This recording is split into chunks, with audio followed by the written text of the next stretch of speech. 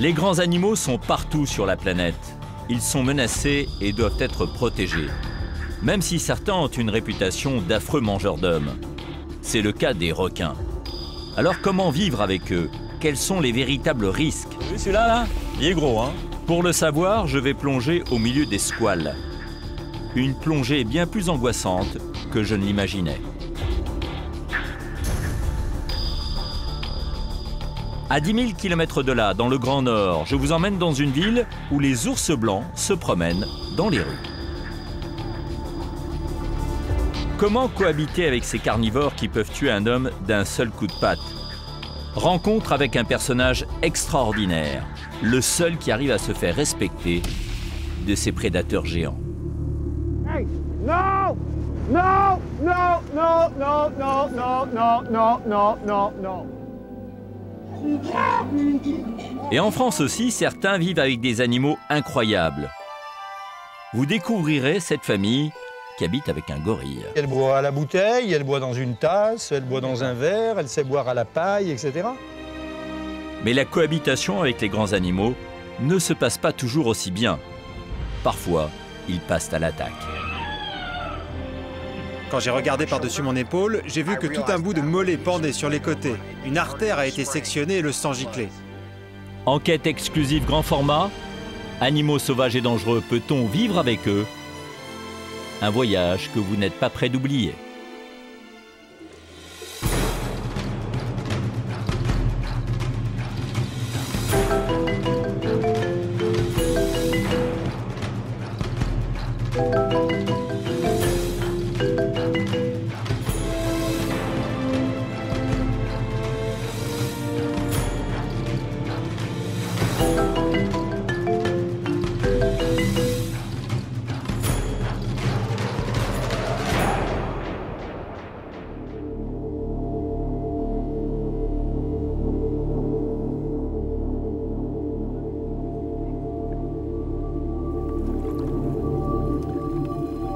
Bonsoir et bienvenue dans ce numéro exceptionnel d'enquête exclusive qui vous emmène ce soir à la découverte, à la rencontre de ces grands animaux qui nous fascinent. L'extension des villes, la croissance démographique fait que de plus en plus, l'homme va être contraint, au fil des années, de vivre, de cohabiter avec ces grands animaux qui nous fascinent et qui nous font parfois peur, comme les ours, les loups, les tigres, les serpents, les éléphants, mais aussi les requins. Nous sommes d'ailleurs ce soir aux Bahamas, dans une mangrove dont les canaux sont parfois empruntés par les squales.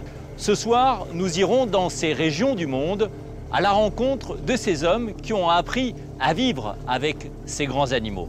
Un numéro exceptionnel d'enquête exclusive avec des émotions, des images fortes, des aventures tout à fait extraordinaires. Ces grands animaux qui nous fascinent, un document réalisé par Franck Gombert avec Mathieu Cressiot et Mathieu Saltz pour Ligne de Front et Enquête exclusive.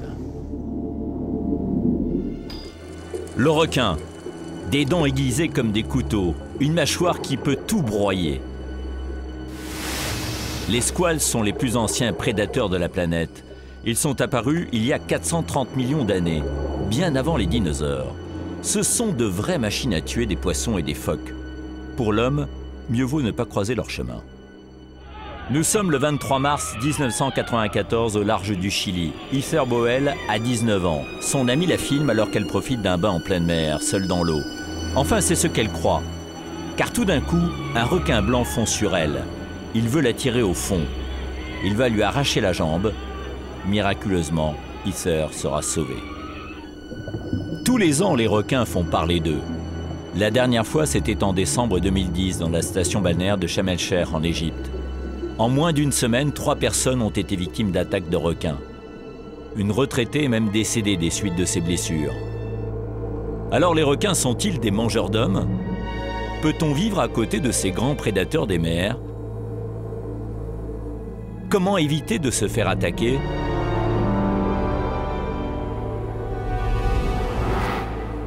Pour le savoir, direction le sud des États-Unis et la petite ville de Jupiter, à 140 km au nord de Miami.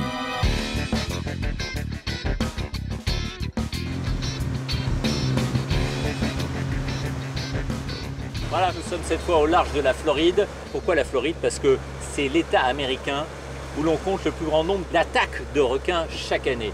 Or, on sait que c'est une espèce qui est en voie de disparition nécessaire à l'équilibre des océans. Nous allons tenter de faire la part des choses, d'établir un peu notre vérité à travers cette enquête. Les requins sont-ils vraiment dangereux pour l'homme? Nous allons rencontrer des surfeurs qui ont été attaqués par des requins, mais nous allons également le vérifier nous-mêmes en plongeant avec des requins aux Bahamas.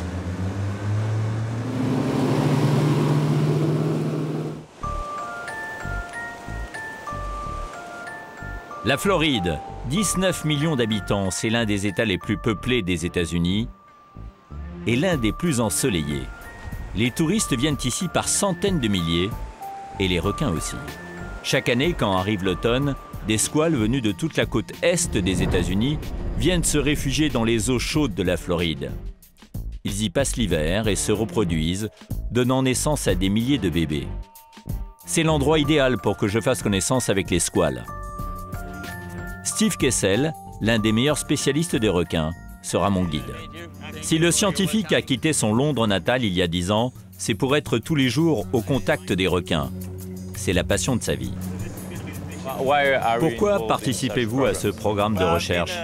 Depuis que je suis tout petit, je suis complètement obsédé par les requins. Et quand j'ai vu le film Les Dents de la Mer, ça n'a fait qu'accroître ma passion. Maintenant, je suis venu en Floride, car malheureusement pour moi, il n'y a pas beaucoup de requins à Londres. Mais heureusement pour moi, la météo est magnifique ici. Comme quoi, il y a toujours un avantage.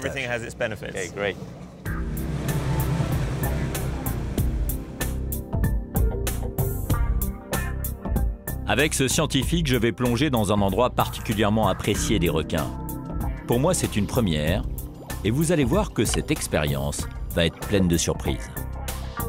Je vais aller plonger au fond avec Steve pour assister à un véritable balai de requins autour de nous et vérifier qu'ils ne sont pas intéressés par la chair humaine. Enfin, j'espère pouvoir vous le certifier dans quelques instants en remontant à la surface sain et sauf. C'est quoi le programme? On va au fond? Oui, on descend et Jim va jeter les appâts. Donc les requins vont s'approcher. Les requins sont des animaux curieux, imprévisibles. Il faut toujours rester sur ses gardes. On va juste les regarder. Ils vont nous tourner autour. Il faut bien garder ses mains collées contre le corps.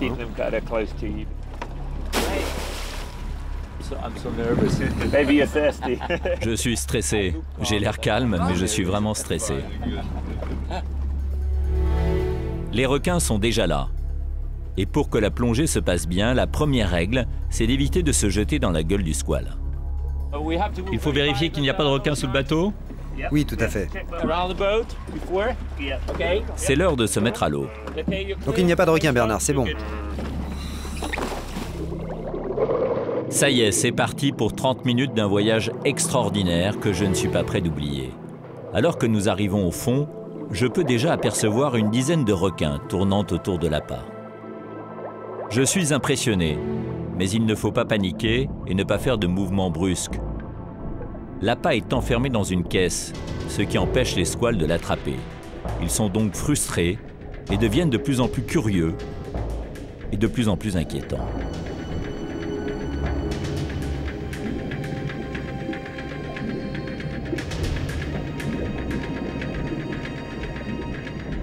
Alors que je suis en train de les observer, l'un d'eux se précipite sur moi.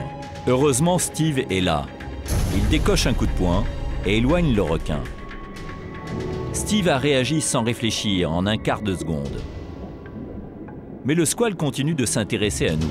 Un balai inquiétant qui semble durer de longues minutes. Veut-il nous mordre? Heureusement, Steve ne le quitte pas des yeux. Et tout d'un coup, sans raison apparente, le requin s'éloigne.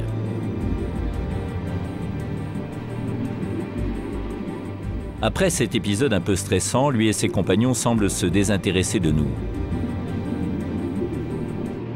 Nous pouvons les observer tranquillement, sans être inquiétés.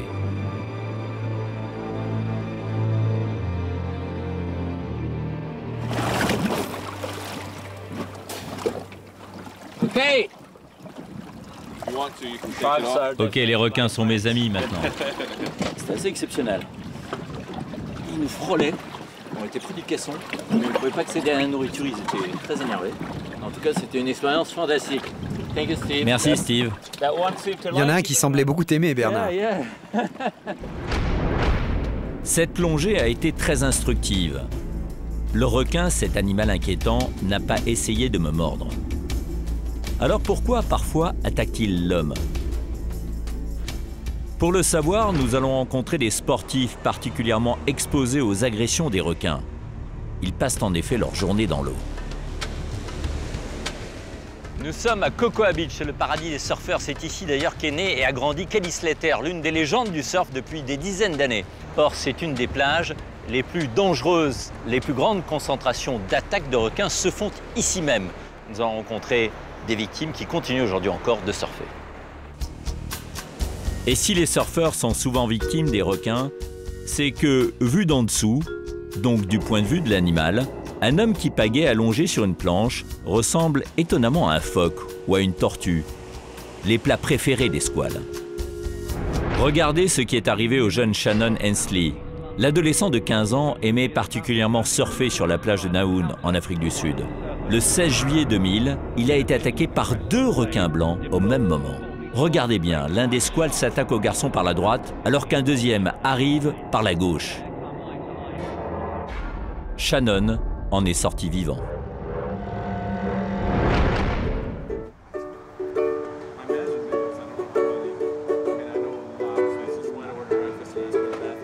Bill, Damian et Ralph surfent ensemble depuis des dizaines d'années.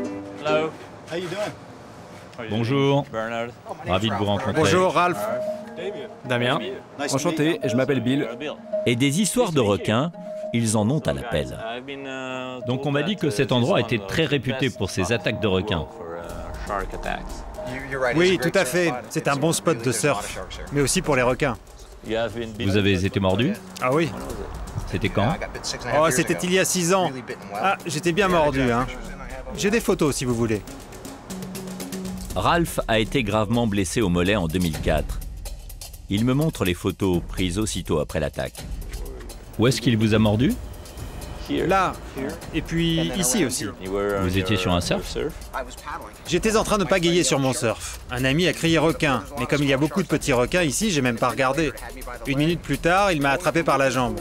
Quand j'ai regardé par-dessus mon épaule, j'ai vu que tout un bout de mollet pendait sur les côtés. Une artère a été sectionnée et le sang giclait. C'est une blessure grave? Vous savez, ça ne faisait pas mal. Il aurait pu me couper la jambe et je n'aurais rien senti. J'ai eu mal seulement 3 heures après. Ralph a finalement réussi à stopper l'hémorragie. Il a été très vite opéré. Sa jambe a été sauvée. Je suis sorti de l'hôpital peut-être 4 mois après, et je n'y suis plus retourné. Et pendant combien de temps avez-vous arrêté le surf? Pendant 4 mois, pas plus longtemps. Et vous êtes retourné dans l'océan? Oui. Moi, je ne suis resté que 6 semaines en dehors de l'eau. Vous avez été attaqué aussi? Brian a été mordu au bras. Ici, ce n'était pas une morsure complète. Il s'est accroché avec ses dents du bas, il m'a secoué. Il y avait beaucoup de poissons et d'oiseaux qui plongeaient. C'était l'heure du dîner. Le requin secouait la tête et me tapait comme une batte de baseball. C'est pas les dents qui faisaient mal, mais l'impact. Et quand j'ai regardé, ça faisait un gros trou. Et il avait quelle taille? Le requin mesurait environ 2 mètres. C'était un requin tigre. La queue était comme sur la peinture, là. Et c'est vous qui avez peint cela? Ouais, juste après l'attaque pour exorciser. Et donc ça, c'est le requin juste avant qu'il ne vous attaque. C'était par ici? Oui, à 3 km d'ici. Malgré ces attaques et les milliers de requins dans l'eau, ces passionnés continuent de surfer tous les jours. Pour moi, j'ai déjà payé le prix une fois, alors mathématiquement, ça ne risque plus de m'arriver à nouveau. Le risque est très faible. Et donc vous continuez de surfer? Bien sûr. On va surfer? Ok, allons-y.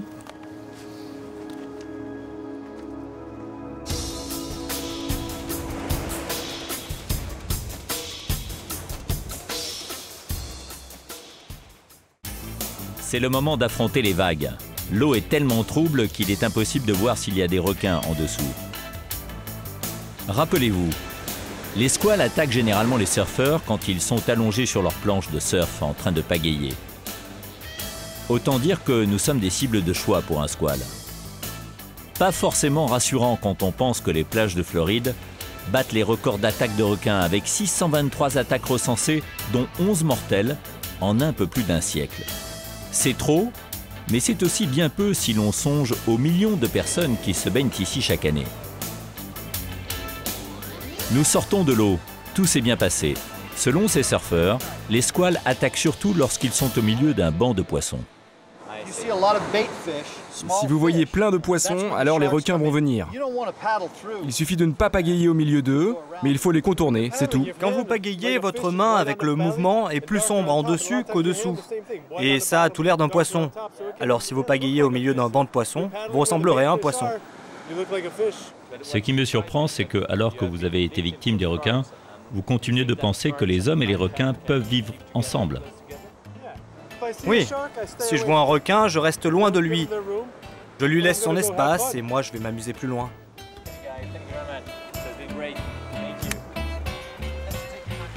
Pas sûr que cette expérience suffise à faire de moi un bon surfeur. Ces sportifs sont dans le fond pleins de sagesse. Ils ont compris que l'homme n'est pas le maître absolu de la mer. Les océans appartiennent d'abord aux poissons, aux requins. À nous de respecter leurs règles, car ils sont indispensables au bon fonctionnement de la nature. Un exemple parmi d'autres. Les squales dévorent des poissons herbivores. Ils protègent ainsi les plantes aquatiques, ce qui évite que les océans ne deviennent des déserts sous-marins. Ils mangent également les animaux malades ou faibles, ce qui permet de nettoyer les mers. Le requin est donc indispensable et comme 40% de la population mondiale vit au bord de la mer, il faut bien apprendre à cohabiter avec les squales. Et c'est pour découvrir comment vivre avec eux que des scientifiques étudient leurs habitudes. Nous quittons la Floride pour une petite île des Bahamas. Elle abrite un laboratoire unique au monde, exclusivement consacré à l'étude du comportement des requins. C'est une occasion pour nous de les approcher d'encore plus près. Mon ange gardien Steve m'accompagne dans cette nouvelle aventure. Ce scientifique est un expert. Il m'a déjà prouvé qu'avec lui, je n'avais pas grand-chose à craindre. Nous arrivons dans l'archipel des Bimini. Il fait 23 km² et compte 1700 habitants. Ces eaux turquoises sont très appréciées des plongeurs, et encore plus des requins. Ils sont des dizaines de milliers à vivre ici, bénéficiant des eaux chaudes des Bahamas. Et c'est la raison pour laquelle les scientifiques ont installé sur l'île l'un des meilleurs centres au monde pour l'étude des squales. Et les chercheurs travaillent ici sur le comportement des prédateurs face à l'homme. Bienvenue au labo. Je vais vous présenter les volontaires. Ce centre dépend de l'université de Miami. Et vous faites quoi là? Là, ils sont en train de vérifier les lignes que nous avons utilisées pour piéger des requins. Ils regardent si elles sont en bon état. Donc il y a des étudiants et aussi des chercheurs. La plupart sont dans leurs dernières années d'études en biologie. Ils apprennent le terrain. Vous êtes tous fanatiques des requins. Il y a même un étudiant français. Ah bonjour, un français. What's your name? Jean-Sébastien. Jean-Sébastien, ça va? Ouais, ça va. Ah oui, tu es là depuis longtemps? Ouais, je suis là depuis septembre en fait. Ah bon? Ah oui, un vrai accro alors. Jean-Sébastien veut devenir un spécialiste des squales. C'est le cas de tous les jeunes qui sont ici. Car malgré son air de club de vacances, ce centre est un organisme très sérieux. L'endroit est tellement réputé que l'on y vient du monde entier. Il y a combien de nationalités différentes ici? Alors on a des Français, des Suisses, des Anglais et des Canadiens. Ici, le confort est sommaire. Voici par exemple la chambre de Jean-Sébastien, l'étudiant français. Donc ici, il y a 4 volontaires qui restent dans cette chambre. Et ça, c'est les rideaux privés. Donc comme ça, notre petit coin à nous. Les conditions de vie sont spartiates. Il faut travailler 9 jours sur 10. Et les journées sont rythmées par les cours et la préparation du matériel et des appâts pour les plongées en mer. La spécialité de ce centre, c'est l'observation des squales dans leur milieu naturel. Une des expériences les plus extrêmes consiste à étudier leur comportement quand ils sont en plein repas. Et vous allez voir, je vais plonger au milieu de dizaines de requins affamés un exercice imposé aux nouveaux venus qui m'inquiète un peu. C'est un grand jour pour moi. Oui. Qu'est-ce qui se passe si un requin devient agressif? Oh, j'ai fait cette plongée des centaines de fois. Vous savez, je n'en ai jamais vu devenir vraiment agressif. Ils le sont juste entre eux quand ils se nourrissent. Et donc là, on va vérifier votre théorie. Oui, je vais vous prouver que les requins ne sont pas une vraie menace pour les hommes. Ok Bernard, vous êtes prêts? Allons voir les requins. Au bout d'une dizaine de minutes, nous arrivons sur le site de la plongée. Il est très sympa, il est très pédagogue, il essaye de me préparer à la situation parce qu'il sait que c'est un peu stressant la première fois. Et en effet, je suis un peu stressé. D'autant qu'ils appellent cet endroit l'arène. Mais ici, pas de taureaux, juste quelques requins. T'as vu celui-là, là? Il est gros, hein? Oh, il y en a déjà 10. Il faut dire que Steve commence à les appâter en lançant dans l'eau de gros morceaux de poisson. Ils connaissent le bruit. Dans quelques minutes, je vais devoir me mettre à l'eau avec les scientifiques. Steve va continuer de jeter de la nourriture aux squales. Nous allons assister à leur repas aux premières loges. On va donc s'aligner le long de cette corde? Oui, et il y aura des membres de l'équipe juste derrière vous pour être sûr qu'ils ne viennent pas de ce côté. Parce que les requins sont malins, vous savez, ils s'approchent par derrière pour que vous ne puissiez pas les frapper avec les mains. Ils ne vont pas vous mordre, mais ils sont juste curieux. Vous êtes sûr? Oui, notre staff derrière les stoppera. Mais il faut bien rester collé à son voisin. Si vous laissez un espace, ils vont nager entre vous deux. Et là, ils peuvent vous toucher, ce n'est pas très agréable. On ne veut pas ça.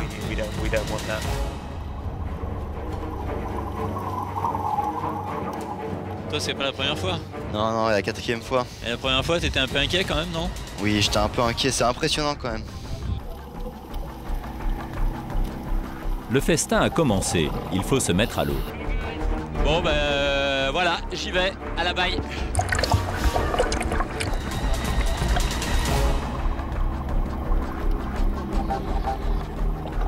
Ils vont les nourrir là? Ouais, ils vont les nourrir. C'est le festival qui commence? Ouais, ça commence.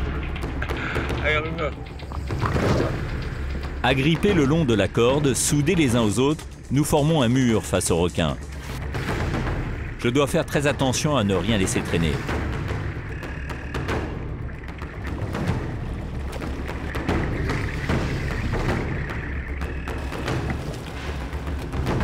Les requins pourraient prendre une main ou une jambe pour une pièce de chouette. Il y en a un qui est juste passé en dessous là. Ça arrive des fois, mais c'est pas grave. Normalement, c'est pas prévu ça. Heureusement, les plongeurs placés derrière nous empêchent les requins de venir dans notre dos. C'est vraiment impressionnant, ils sont en train de se bagarrer.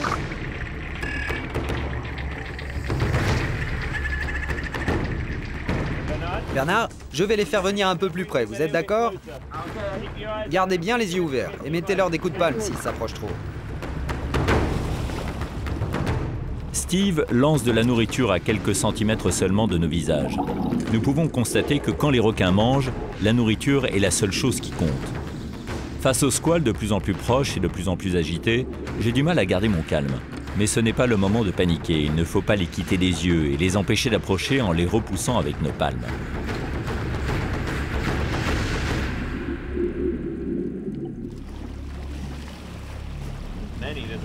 Waouh, il y en a vraiment énormément aujourd'hui, c'est énorme. J'en ai rarement vu autant ici. Mais dès que Steve arrête de les nourrir, les requins s'en vont. C'est la fin de cette expérience unique entre peur et fascination. Ah ben c'est impressionnant, hein. It was great. Thank you, Steve. Great experience. Et là, c'était vraiment impressionnant, cela dit. Vraiment impressionnant parce que c'est vrai que le requin, ça fait partie des cauchemars de notre enfance, des fantasmes les plus redoutables, c'est d'être dévoré par un requin. Voilà. Enfin, c'était une expérience quand même incroyable, c'est incroyable. Parce qu'il jetait les appâts à quoi, à 30-40 cm de nous. Heureusement, c'était avec Jean-Seb. Ah, c'est impressionnant. T'as bien vu, il n'y a aucun problème. Ils sont juste un peu curieux. Ouais, il n'y a aucun problème, mais c'est vrai que c'est assez magnifique, c'est assez magique. Ce type d'expérience permet aux scientifiques d'étudier un phénomène particulier aux squales, appelé la frénésie des requins. Lorsqu'ils mangent, ils essaient d'attraper un maximum de poissons en un minimum de temps, et toute leur attention est centrée sur la chasse. Ils deviennent comme fous. C'est là qu'ils peuvent confondre un membre avec un poisson. Dans ces conditions, il vaut mieux éviter de se retrouver au milieu du banquet et en toutes circonstances, garder les bras le long de son corps. Mais cela n'explique pas tout. Cette nageuse a été mordue alors qu'elle n'était pas au milieu d'un banc de poissons. Même chose pour les victimes récemment agressées en Égypte. Plusieurs personnes ont été attaquées au mois de décembre à Sharm el-Sheikh, en Égypte. Une nageuse a été tuée. Pourquoi? Il y a plusieurs théories, mais aucune dont on peut être vraiment sûr. Ce dont il faut se rappeler, c'est que les attaques de requins sont très rares. En Égypte, il y a eu des centaines de milliers de touristes dans l'eau tous les ans, et peut-être même des millions. Et on a seulement enregistré 3 accidents mortels liés aux requins depuis le XVIe siècle. Si les requins prenaient vraiment goût à la chair humaine dans les zones touristiques, alors je peux vous dire que vous ne pourriez même pas aller dans l'eau. Il reste encore beaucoup de choses à découvrir sur les requins, et les scientifiques comme Steve n'ont pas encore toutes les réponses. Leur seule certitude, c'est qu'ils sont indispensables et qu'ils doivent être protégés, car ils sont menacés. Ces dernières décennies, la pêche aux requins a pris une dimension industrielle. Des millions de squales sont tués chaque année. En effet, en Asie du Sud-Est, leurs ailerons sont très prisés pour faire de la soupe. Résultat, un vrai massacre. 30% des 470 espèces de requins seraient aujourd'hui menacées de disparition.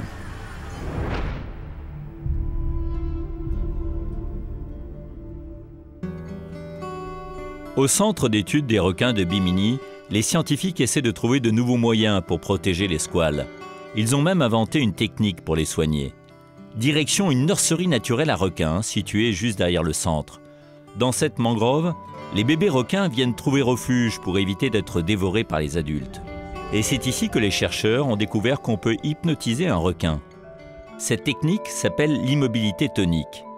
Elle permet d'endormir des requins malades pour les opérer sans somnifère ni anesthésie. Et pas que les bébés.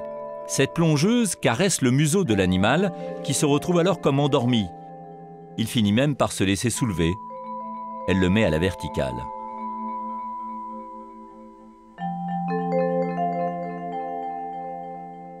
Évidemment, ce n'est pas un requin de 5 mètres que je vais hypnotiser.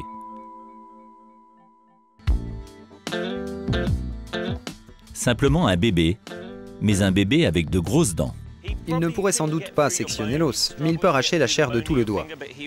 J'ai vu une personne se faire gravement blesser au poignet. En fait, ils attrapent et puis ils secouent très violemment. Vous avez déjà été mordu? Non, je n'ai jamais été mordu, je suis trop rapide pour eux. Mais avant de l'endormir, il faut attraper le bébé requin. Ils sont tous gardés dans un enclos, directement installé dans la mer. J'aimerais tenter l'expérience de l'hypnose. L'immobilité tonique? Oh oui, on va le faire.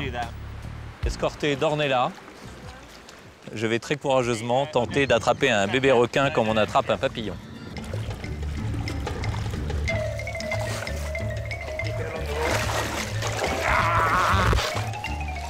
Le 3e essai va être le bon. J'en ai attrapé 2. Allez-y, remettez-les dans l'eau. Pour endormir l'animal, il suffit de le mettre sur le dos sans qu'il morde, car ses dents sont déjà très pointues. Donc il faut le retourner entièrement, puis il faut mettre ses 2 mains comme ça, sur le côté. Et tenir doucement au niveau de l'estomac. À mon tour de jouer, c'est prouvé, ça ne fonctionne qu'avec les requins. Les mettre sur le dos entraîne une anesthésie partielle de l'animal. Ça y est, vous l'avez? Vous sentez qu'il se relâche? Et voilà. J'ai fait entrer un bébé requin en état de léthargie en fait.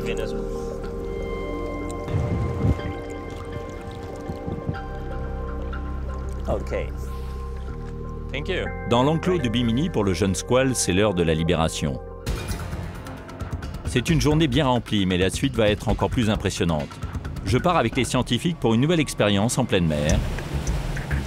Le but cette fois, c'est de capturer les requins pour leur implanter une puce électronique. On pourra ainsi les suivre à la trace et étudier leur déplacement. Et pour leur implanter cette puce, nous devons d'abord les attraper. Je peux rejeter l'appât à l'eau? Ah oui, bien sûr. Vous le prenez par l'hameçon. Et puis quand le capitaine nous le dira, vous pourrez le jeter. Tu le veux maintenant? Ok, allez-y.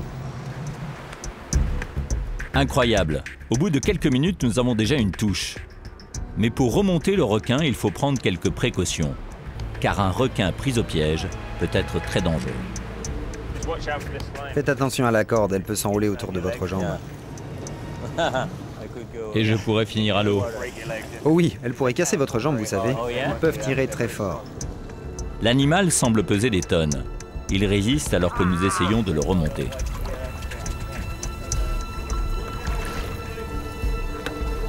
C'est un tiger shark. Ça, c'est un requin tigre. Le requin tigre est l'un des requins les plus dangereux au monde. Il doit son nom à ses bandes noires qui rappellent le célèbre animal de la jungle, connu pour sa férocité, le tigre du Bengale. Ce squale est particulièrement dangereux. Il attaque tout ce qu'il croise, même les mouettes. Là, on est en train d'essayer de récupérer le haut du corps et notamment l'attraper par la gueule, par une nageoire sur le côté, parce que passer la corde par la gueule, c'est un peu dangereux. Une fois le requin attrapé, il va falloir l'examiner. Et il ne se laisse pas faire. À quelques centimètres près, Steve a failli se faire croquer la main.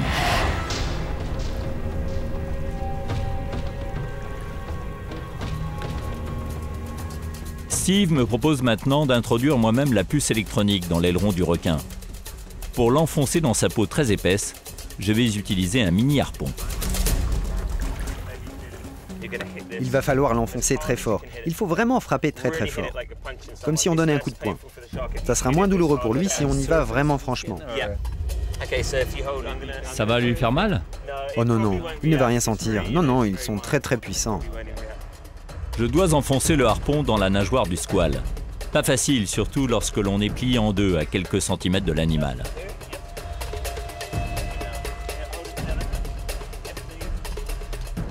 Allez-y. Bien. Parfait. Bernard, je voudrais que vous le mesuriez aussi. Mesurer un requin attaché le long d'un bateau, ce n'est pas si simple. Celui-là doit faire pas loin de 200 kg de muscles. À la moindre occasion, il peut nous jeter à l'eau ou nous arracher une main. 2,50 m. Et l'étude du requin ne va pas s'arrêter là. Tous les détails intéressent les scientifiques. Maintenant, je mesure le sexe du requin.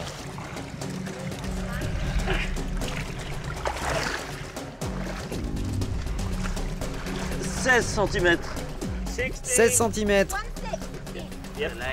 Ils aiment s'accoupler? Oh non, ce n'est pas très agréable, vous savez. C'est très sauvage. Le requin est relâché, mais il y a encore du boulot. En quelques heures, nous allons attraper 5 squales de 3 espèces différentes.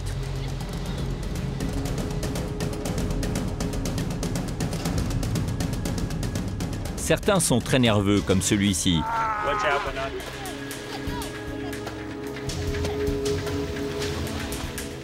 C'est un requin bulldog. Là, il est en train de s'énerver. Il faut que je rentre les mains.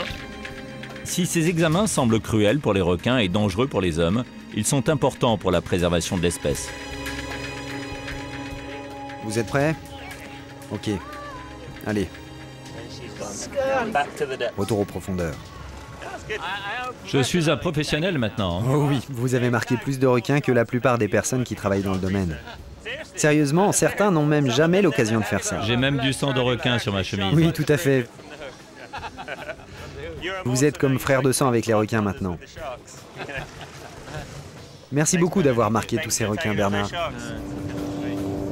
Et les scientifiques ne sont pas les seuls à protéger les squales. Parfois, les meilleurs défenseurs des requins se cachent là où on ne les attend pas. Je pars à la rencontre d'une femme extraordinaire. Elle consacre sa vie aux squales alors qu'elle a été leur victime. Cette femme, c'est Debbie Salomon. Bonjour. En août 2004, alors qu'elle sortait de l'eau, elle a été attaquée par un requin qui l'a mordue au pied. Cette agression lui a valu plusieurs opérations et des mois de rééducation. Qu'avez-vous appris de cette expérience? En fait, cette expérience a changé ma vie. Avant, j'aimais beaucoup la nature Et puis quand c'est arrivé, je me suis sentie comme trahie. J'y croyais pas. Après tout ce que j'avais fait pour elle, elle m'attaquait. Alors à un moment donné, je me suis même dit que j'allais me venger en mangeant autant de steaks de requin que je pourrais. Et puis j'ai décidé de voir ça comme un test sur mes convictions environnementales. Alors j'ai quitté mon travail de journaliste pour devenir Écologiste? une écologiste. J'ai commencé à travailler pour l'association Pew, qui a une campagne de protection des requins. Et puis j'ai eu l'idée de rassembler des victimes des 4 coins de la planète pour défendre les squales. Après cette aventure, Debbie a fait preuve d'une détermination incroyable. Elle a parcouru le monde entier pour convaincre d'autres victimes de s'associer avec elle pour la protection des requins. Elle a réuni 7 rescapés pour plaider la cause des squales au siège de l'ONU à New York. Image surprenante que celle de ces victimes qui, ayant été mutilées par des requins, sont devenues leurs meilleurs défenseurs. C'est comme un paradoxe, une victime qui veut défendre les requins. Ouais, en fait, c'est le comble de l'ironie. Tout le monde est intrigué par ces victimes. Et c'est plutôt bien, car au final, on nous écoute. On devrait être les derniers, en fait, sur Terre à défendre les requins. Thank you very much. Yeah, you're welcome. It's been a pleasure. Good. Thank you. It's been a real pleasure. Bye-bye. Okay. Thank you. Good.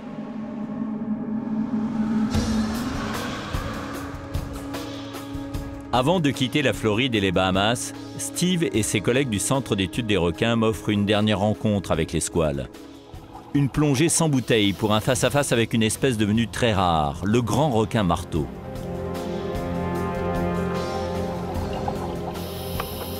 Me voici seul avec ce spécimen qui fait près de 4 mètres. Je ne ressens alors aucune peur, juste de la fascination.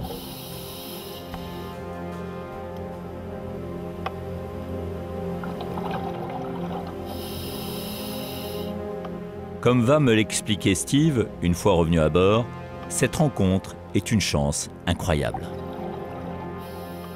Ils sont en danger? Ah oui, vraiment. Les grands requins marteaux sont parmi les plus menacés de toutes les espèces de requins. Et on les connaît très peu. Merci beaucoup. Voilà, c'est la fin de ce beau voyage à la fois en Floride et aux Bahamas, aux côtés des requins, qui ne sont pas un danger pour l'homme. C'est une légende à laquelle il faut absolument tordre le cou, car le requin est absolument nécessaire à la préservation des océans. L'homme doit donc continuer de vivre avec les requins. Cela n'est pas seulement possible, c'est aussi indispensable. Sur la terre ferme également, la cohabitation avec les grands animaux n'est pas simple. Exemple, l'ours. En France, leur réintroduction dans les Pyrénées rend furieux des bergers qui sont inquiets pour leur bétail. En Amérique du Nord, chaque année, les grizzlies sont responsables de plusieurs attaques, parfois mortelles, contre des randonneurs et des campeurs. C'est dans le Grand Nord que nous nous rendons à la rencontre du seigneur des ours, l'ours blanc. Il dépasse tous les autres par sa taille, sa puissance et sa férocité. C'est en réalité le plus grand carnivore terrestre. D'un seul coup de patte, il peut tuer un phoque pesant plusieurs centaines de kilos. Un homme ne fait pas le poids. Et quand l'ours a faim, pas facile de l'arrêter.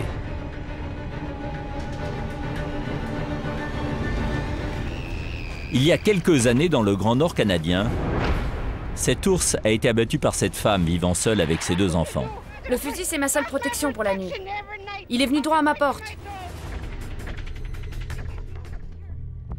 Cette femme a craqué, elle ne supporte plus les ours qui rôdent autour de chez elle quand le soleil se couche. Il faut dire qu'elle habite dans une ville construite il y a 300 ans sur le territoire des ours blancs. Comme pour les requins, quand on veut vivre au milieu des ours pour éviter le massacre, il faut être prêt à faire des concessions. Direction le Canada et plus précisément la ville de Churchill.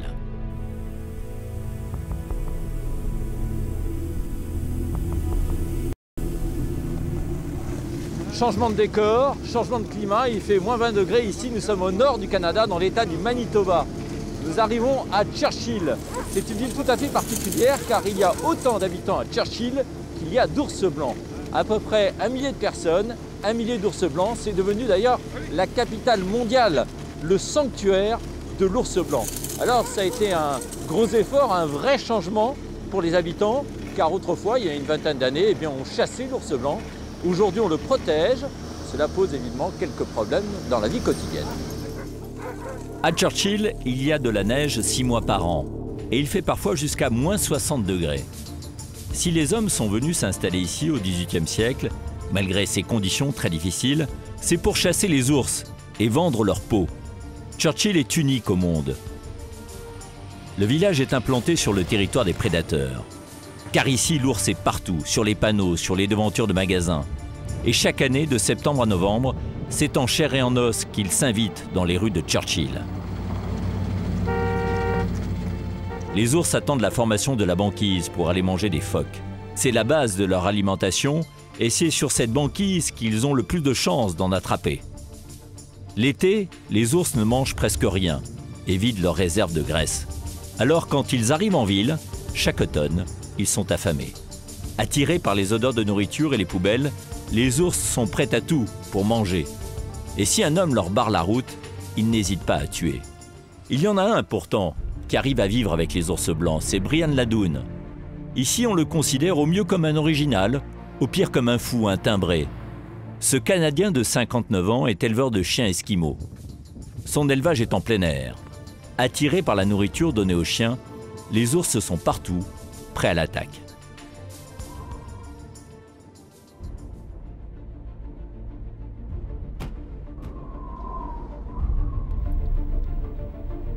Il y a combien d'ours là? Là, il y en a 1, 2, 3, 4, 5. Il y en a un autre là, 6, 7, au moins 7. Du moins ce qu'on voit. C'est extraordinaire cet endroit. Il y a des chiens, des ours qui vivent ensemble. Oui. Pourquoi l'avez-vous créé? Un jour, un prêtre m'a dit que ces chiens allaient devenir les plus rares au monde.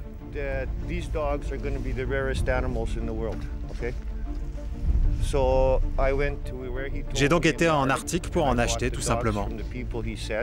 C'était en 1976. Brian tombe amoureux de ces chiens esquimaux qui appartiennent à une race en voie de disparition. Il les ramène à Churchill et il choisit de s'installer sur ce morceau de toundra le long de la côte, en plein territoire des ours. Cela a entraîné une expérience unique au monde de cohabitation entre chiens de traîneau et ours blancs. Il n'y a pas d'autre endroit comme ça dans le monde? Je ne crois pas, non. C'est incroyable.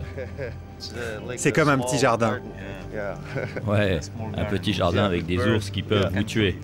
Oui, tout à fait, c'est sûr. Brian ayant choisi de s'implanter chez les ours, il a dû apprendre à cohabiter avec eux.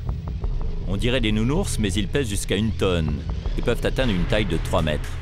Et vous allez voir qu'ils peuvent devenir menaçants. Donc il est 9 h du matin, il est l'heure de nourrir les chiens, comme tous les jours? Oui, comme tous les jours. On va aller au bon endroit et puis on va nourrir les chiens. Regarde celui-là, il est impressionnant. Non, non, non! C'est incroyable, mais l'ours semble obéir à Brian. Bon garçon, bon garçon. Quand je leur parle, je leur dis non. Et s'ils comprennent, s'ils s'arrêtent à non, alors je leur dis « bon garçon » juste pour qu'ils s'assoient. S'ils obéissent, tout va bien.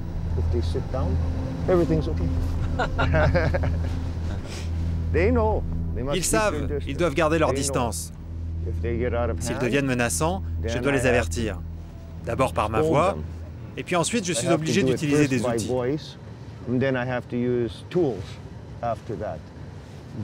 Quel genre d'outils? Par exemple mon fusil. Mais pas de vraies balles. Non, ce ne sont pas des vraies balles. Ce sont des balles spéciales, comme celle-ci, en caoutchouc. Les ours semblent donc respecter l'autorité de Brian.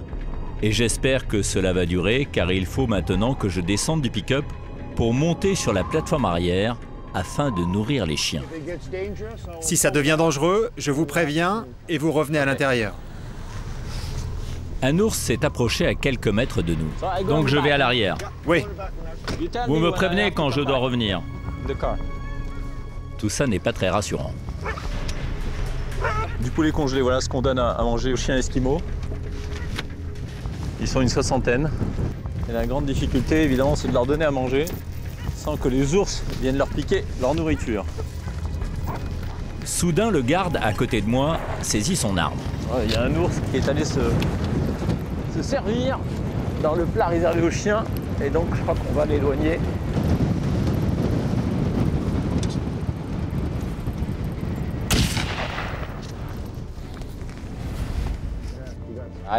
Quand les ours volent la nourriture des chiens, sont-ils agressifs envers eux? Oh non, pas tellement. En fait, les chiens et les ours s'ignorent. Mais garder un ours à distance est parfois difficile. Alors quand le fusil et les balles en caoutchouc ne suffisent pas, Brian et ses hommes utilisent leur 4x4. Ils sont en train de chasser l'ours là? Oui. Avec la voiture? Tout à fait. Hey! No! No! No! No! No! No! No! No! No! No! No! No! Good boy! Good boy! Good boy! Il vous obéit? Vous le connaissez? Oui. Je le connais depuis 6 ans. Maintenant, vous voyez, il s'assoit. Il est curieux de voir ce que nous faisons. Il peut nous tuer.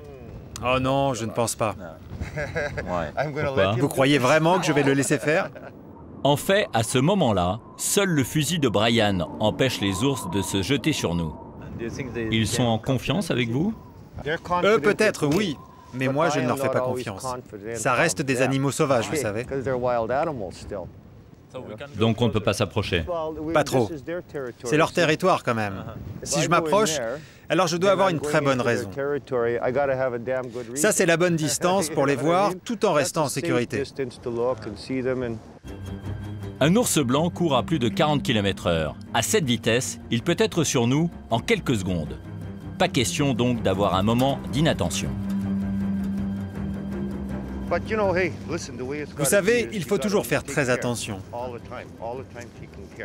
Ils sont quand même très gros. Alors s'ils vous attrapent, ou même s'ils vous touchent, vous êtes cuit.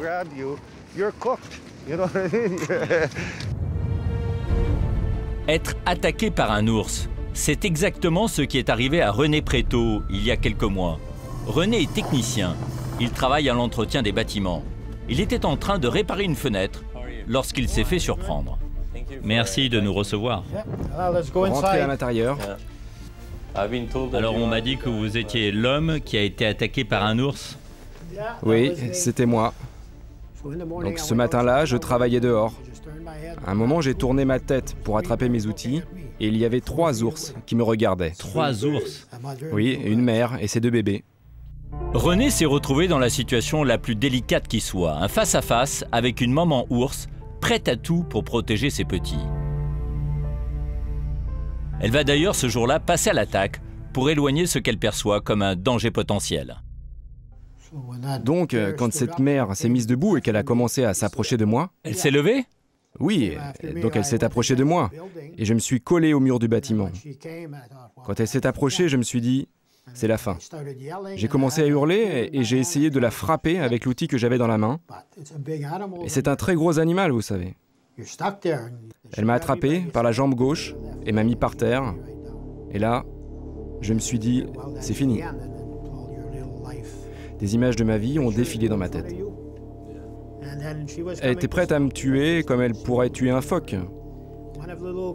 Quand tout à coup, un de ses petits s'est mis à crier et elle est repartie en arrière pour son petit. Et là, mes nerfs ont lâché. J'ai couru, je me suis réfugié dans la maison et je me suis écroulé par terre. Vous avez été blessé? Oui, ma jambe était très abîmée. J'avais des grosses plaies ouvertes. Alors ils m'ont pris et m'ont emmené loin de Churchill. J'étais complètement sous le choc. Je faisais des cauchemars horribles. Je n'osais même pas aller aux toilettes la nuit. Je voyais des ours partout. Ah bon? Et vous continuez de vivre ici? Ah oui. Je suis même allé me confronter aux ours, pour les voir de près. Mais je restais dans ma voiture, juste pour oublier mes peurs. Donc la meilleure méthode pour ne plus avoir peur des ours, c'est d'aller à leur rencontre. Au début, vous savez, j'avais vraiment peur. Ça a pris du temps. Mais vous savez, ça aurait pu être pire. J'aurais pu mourir.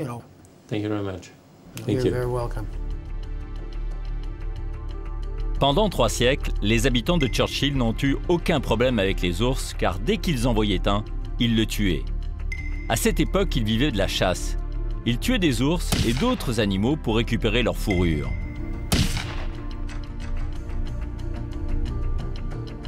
Mais depuis 20 ans, les choses ont changé. L'ours est devenu le meilleur ami de Churchill. Ici, on le protège, d'autant qu'avec le réchauffement climatique qui détruit la banquise, l'animal est en voie de disparition. S'il y a un homme qui fut le témoin privilégié de cette nouvelle forme de cohabitation entre l'homme et l'ours, c'est bien le maire de Churchill, en place depuis 15 ans. Son père était chasseur d'ours, il a mis en place pour sa part le Polar Bear Alert qui protège à la fois l'homme et l'ours.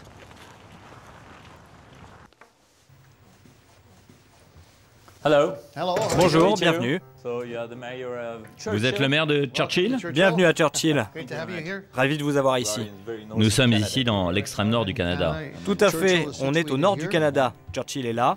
Et cet endroit ici, c'est là que les ours se rassemblent et que la banquise se forme en premier dans la région. C'est la proximité de cette banquise qui explique que chaque année, au début de l'hiver, les ours débarquent dans les rues de Churchill. Ils sont près d'1 millier à passer par là en quelques semaines. Et pour la municipalité, c'est un vrai casse-tête. En tant que maire, vous devez aussi vous assurer de la sécurité de vos concitoyens face aux ours. Que faites-vous pour cela? Nous faisons très attention à la sécurité, vous savez. Il y a un service qui gère les ours, mais qui protège aussi les gens. Il y a aussi un système d'alerte en cas d'arrivée d'ours qui fonctionne 24 heures sur 24.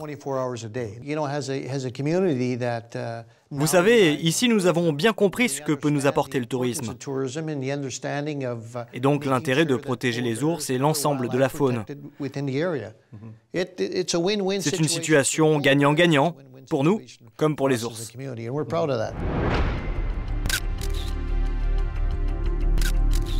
Depuis quelques années, les centaines d'ours blancs qui traversent la région font la fortune de Churchill. Chaque automne, plus de 12 000 touristes viennent du monde entier pour les observer de près. Vous le voyez dans son trou?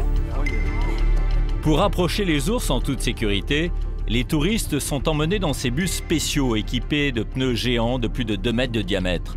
Ils paient plusieurs milliers d'euros pour ces safaris à la rencontre de l'ours polaire. Voilà pourquoi aujourd'hui à Churchill, on fait tout pour garder les ours vivants. Mike Spence, le maire, est un descendant des Indiens Cris, les premiers habitants de la région. Il est le symbole vivant de cette évolution. J'ai vu que vous aviez une peau d'ours dans votre bureau. Vous pouvez me raconter cette histoire? Bien sûr. Ça, c'est un ours qui est entré dans la ville. Avant qu'on mette en place les mesures pour les protéger, avant les années 80, on en tuait environ 20 par an, par saison de chasse. On m'a dit que votre père était un trappeur. Mon père était un trappeur. Vous savez, à l'époque, il n'y avait pas d'autre façon de vivre dans la région. Et vous gardez la fourrure comme le symbole d'une époque. Oui. Un souvenir de votre père. Oui, tout à fait. Il est toujours vivant? Non, non, il est mort. Il est monté dans le grand bon terrain de chasse, là-haut. Merci.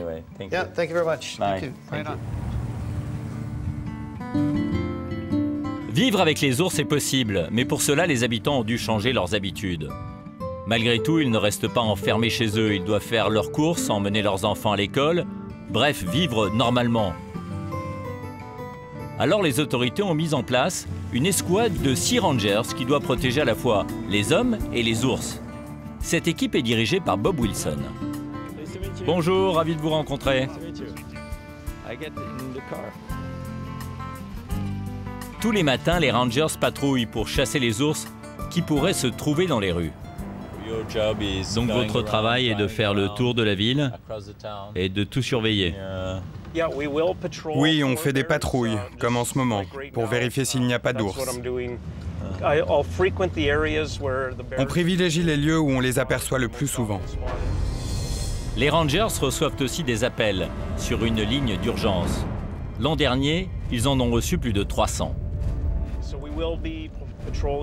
Donc on patrouille, on cherche des ours et puis s'il y en a un, on va essayer de le faire partir au plus vite. pour l'éloigner des habitants. Les rangers utilisent bien sûr des balles à blanc pour chasser les ours. Le but, c'est de les éloigner, pas de les tuer. Mais pour Bob, le meilleur moyen de se protéger est tout simplement de ne pas attirer les prédateurs. Quelles sont les règles à suivre quand on vit à Churchill? La plupart des habitants ici savent très bien qu'il ne faut pas laisser, par exemple, ses poubelles à l'extérieur, ni dans la voiture. Ils savent aussi exactement où sont les endroits dangereux qu'il faut essayer d'éviter. Et puis chacun laisse aussi sa porte ouverte, la porte de sa maison, de sa voiture. Comme ça, si quelqu'un est face à un ours, il peut entrer pour se protéger. Pour que les ours n'entrent pas dans la ville, la mairie a aussi mis des pièges aux entrées de Churchill, et particulièrement autour de la décharge. C'est l'un des endroits préférés des prédateurs. Jusqu'en 1985, cette décharge était à l'air libre, et pour les ours, c'était un véritable garde-manger à ciel ouvert. Ils venaient se servir et l'endroit a été devenu particulièrement dangereux. Aujourd'hui, la décharge est couverte, mais les ours et les autres animaux sauvages continuent de traîner dans le coin, attirés par les odeurs. Il y a un renard. Ça, c'est un renard roux. Voilà un de nos pièges. Nous essayons d'attirer l'ours avec un morceau de phoque. L'odeur est très forte. Ils adorent ça. Pendant que nous sommes là, faites très attention quand même. Il y a beaucoup d'ours dans le coin. Donc il faut bien regarder tout autour. C'est très important pour votre sécurité. Combien en avez-vous capturé avec ce piège cette année? Cette année, environ 8 ours. 8 ours? Oui. Et ensuite, où les emmenez-vous? Après, nous les emmenons à la prison des ours. Voici la prison pour les ours de Churchill. Un concept unique au monde. L'an dernier, 60 prédateurs ont été enfermés dans ces cellules. L'objectif est de les empêcher de revenir en ville. Car ici, on veut bien garder les ours en vie, mais à distance. Durée moyenne du séjour dans cette prison, 1 mois. Puis les ours sont endormis et évacués manu militari.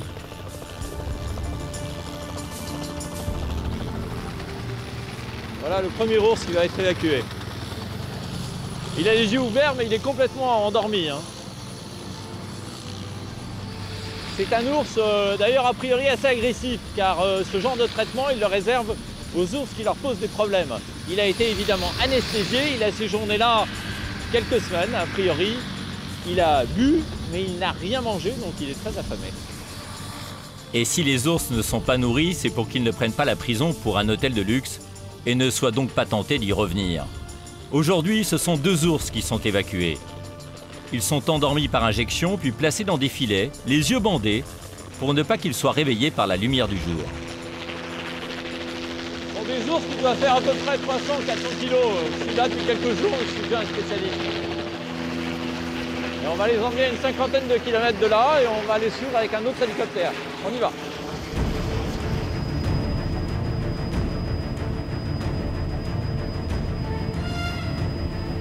Vous voyez les 2 ours suspendus au bout d'une corde. C'est une opération qui est menée environ une douzaine de fois dans l'année ici à Churchill, et c'est une opération unique au monde. Et c'est une opération délicate. Voler avec des ours suspendus au bout d'une corde demande au pilote une grande dextérité. Notre pilote est un Français de Nice. Il était cuisinier, il est venu s'installer au Canada il y a une quinzaine d'années. Aujourd'hui, il pilote des hélicoptères et il participe à ce genre de mission. Quelle est la particularité de ce genre de mission, à part que l'on pilote par grand froid? Quand on commence à décoller avec surtout quelque chose de vivant, il faut être très délicat, il ne faut pas le tirer à droite à gauche, il faut se passer bien au-dessus. C'est un vol qui demande des qualités de vol bien différentes. Il fait moins 35 degrés, mais avec la vitesse, le froid ressenti est sans doute plus proche des moins 60 degrés. Grâce à leur pelage et à une bonne dose de somnifères, les ours ne bougent pas. Après avoir volé près d'1 heure, l'hélicoptère va se poser sur la toundra au bord de la banquise. Un premier ours a été relâché. Cette fois, c'est au tour du 2e. pourquoi on ne les dépose pas tous les deux au même endroit, c'est pour des raisons de sécurité, entre guillemets, car les ours pourraient être très agressifs l'un envers l'autre au moment de leur réveil, parce qu'ils ne se connaissent pas forcément, même s'ils ont fréquenté la même prison. Chacun sait que la détention, ça rapproche pas forcément les gens. Et il faut faire vite avant que l'ours ne retrouve ses esprits.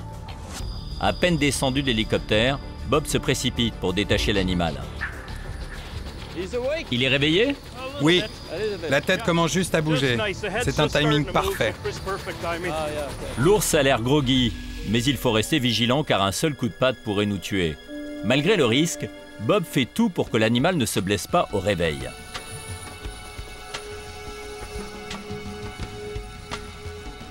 Le ranger a l'habitude. Il sait exactement comment manipuler l'ours. Qu'est-ce que vous faites? J'essaie de le mettre dans une position confortable. Le but, c'est qu'il puisse bien respirer et que ce soit plus facile pour lui de se relever. Faites attention, hein. Je vais laisser le bandeau encore un peu, pour qu'il ne voit pas. Et vous êtes seul pour faire ça? Oui, tout à fait.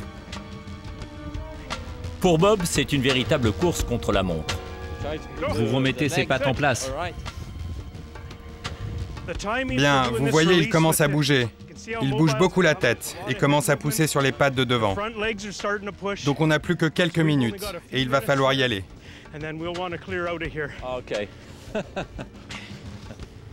Ah oui. Là, il va falloir se dépêcher, je pense. Donc il va falloir partir. La dernière chose à faire, il va falloir que je le marque avec ce feutre. Je le fais entre les épaules. Cela va permettre que tout le monde sache que cet ours a été drogué. On va pouvoir le reconnaître facilement. Et s'il revient à Churchill, on le saura tout de suite. Oui, il est vraiment temps d'y aller là. Il bouge beaucoup. Ok, on y va. Cet ours blanc va maintenant pouvoir rejoindre la banquise. À Churchill, j'ai pu constater que nous pouvons vivre avec les ours si nous acceptons l'idée de partager le territoire avec eux. En respectant certaines règles, nous pouvons limiter les risques et sauver les derniers ours blancs, car aujourd'hui, il n'en reste que 25 000 sur la planète. Partout, les grands animaux sont en danger. Des hommes et des femmes se mobilisent, et pas qu'à l'autre bout du monde. Des Français tentent aussi de les protéger à leur manière, en les hébergeant chez eux. C'est le cas des gorilles. En Afrique, il en resterait moins de 100 000, à cause de la déforestation et du braconnage. 2 fois moins qu'il y a 30 ans. Nous allons rencontrer un couple incroyable qui, depuis quelques années, élève un gorille à la maison. Cela ne se passe pas en Afrique, mais aux portes de l'Auvergne. Direction le petit village de Saint-Martin-la-Plaine, dans la Loire.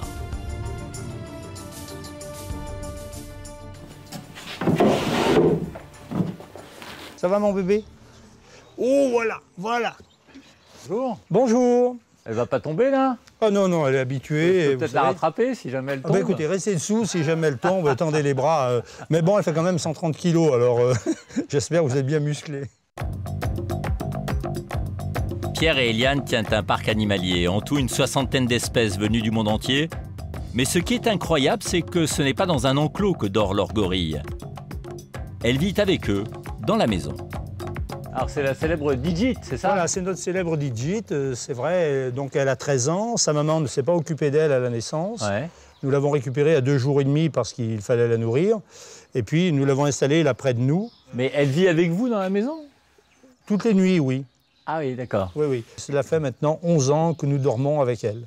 Mais dans la même chambre, non? Pas forcément. Oui. Ah oui? Oui, oui, oui. Elle se couche quoi, au pied du lit Non, non, elle a son lit à elle. Elle a son lit à elle chez vous? Elle dort près de nous. Elle dort dans un lit? Oui, oui.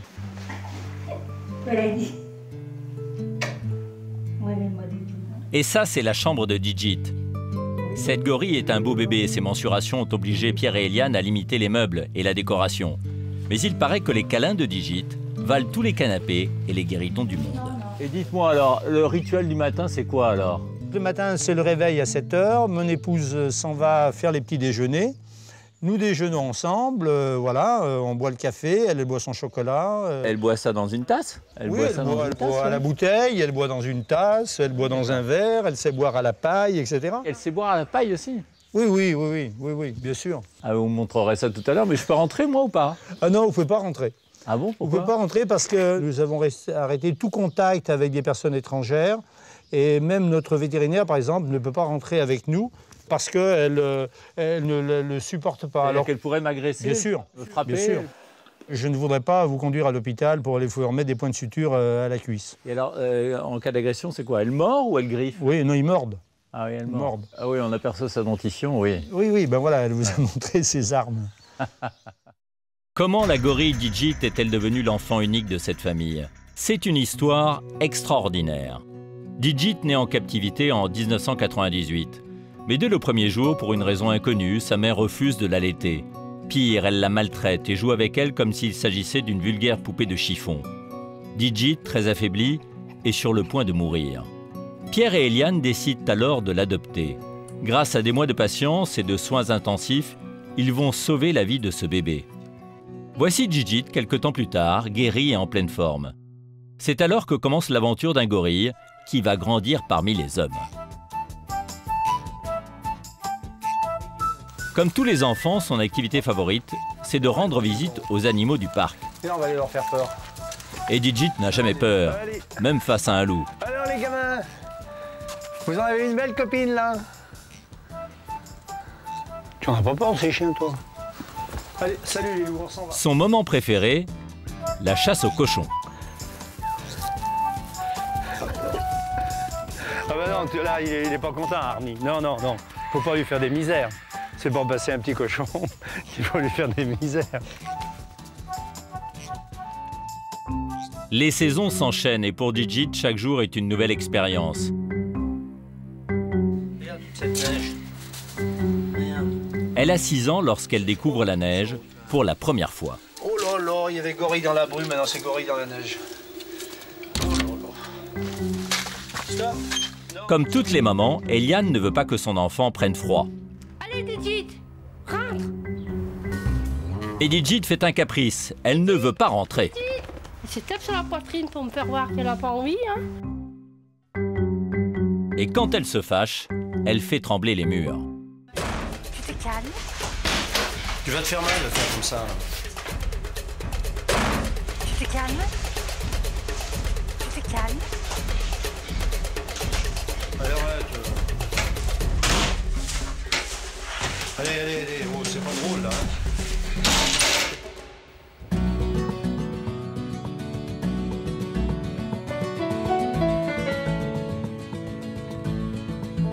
Le gorille s'est tout de même parfaitement adapté à sa famille d'adoption. Peut-être même un peu trop. Elle oublie parfois qu'elle n'est pas un enfant comme les autres. Elle est beaucoup plus grande et beaucoup plus lourde. Oh là là, ma puce que tu es lourde. Tu te rends même pas compte. Elle s'est fait porter comme une petite fille. Elle pèse 80 kilos. Elle est aussi lourde que moi. Et elle s'est fait porter comme un poupon. Oh la bougre. Il faut dire qu'Eliane et Pierre prennent particulièrement soin de leur petite protégée. Eliane, tu te souviens qu'on remontait du sud de la France et qu'on a appris la naissance de Digit. On ne savait pas à quoi on s'engageait. Un bébé. Et quel bébé. Digit est choyée comme une princesse. Elle a même droit à son plat préféré.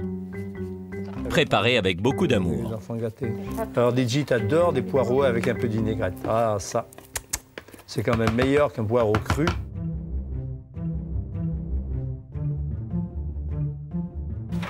Viens vite, mon petit poulet. Doucement, doucement bébé, arrête-toi là. Allez, voilà. On enlève le bracelet, hein? Oui. Digit s'est très vite habituée à la vie des humains. Elle adore faire comme eux, à quelques exceptions près. Les toilettes, ce n'est visiblement pas son truc.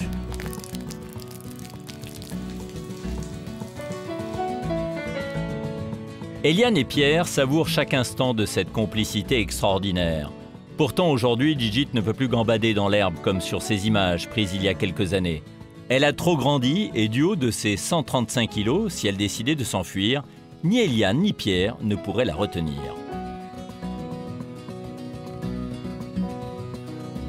Donc aujourd'hui, quand elle quitte la maison, Digit utilise une passerelle. Elle rejoint l'enclos spécialement construit pour elle. C'est là que je la retrouve en compagnie de son père adoptif. Viens ma puce, viens manger près de moi ma fille. Donc Pierre rentre dans l'enclos et va tenter de lui donner viens ma puce. Du yaourt. Viens mon bébé, viens. Viens près de moi. Viens manger près de moi ma fille. Voilà, elle peut être un peu agacée par la présence d'étrangers comme moi. Doucement, doucement. Écoute, je vais te donner doucement. On n'est pas obligé de se conduire comme des brutes. Hein? Assieds-toi. Tu manges comme un singe, là. Hein? Non, mais j'ai rien dans ma poche, j'ai rien, c'est pas la peine. Et elle adore ce qu'il y a dans les poches? Ben oui, parce que souvent, je viens avec des friandises, alors elle me fait les poches en même temps pour aller voir ce que j'ai pu cacher. Non. Et en fait, elle n'a pas le même comportement dans la maison qu'à l'extérieur. Dans la maison, nous avons le sentiment que... Aïe, c'est une brouille de faire ça. Ça, j'aime pas. Hein. Regarde dans quel état tu me mets, là. Digit la gorille a un sacré caractère. Comme un enfant, elle fait tout pour qu'on la remarque. Oui, je m'intéresse à vous, alors du coup, elle en profite. Ah ouais. C'est vrai que le fait que je vienne et que vous soyez autour, etc., lui fait changer de comportement. Elle voit très bien qu'on s'intéresse à elle. Et regardez, elle est en train de rouler un peu le but. Elle fait la maline, quoi. C'est pas de l'agressivité, en fait. Non, non, non. Oh, non, sinon je serais plus là pour vous le dire. Comme c'est pas la première fois qu'elle me fait une vacherie.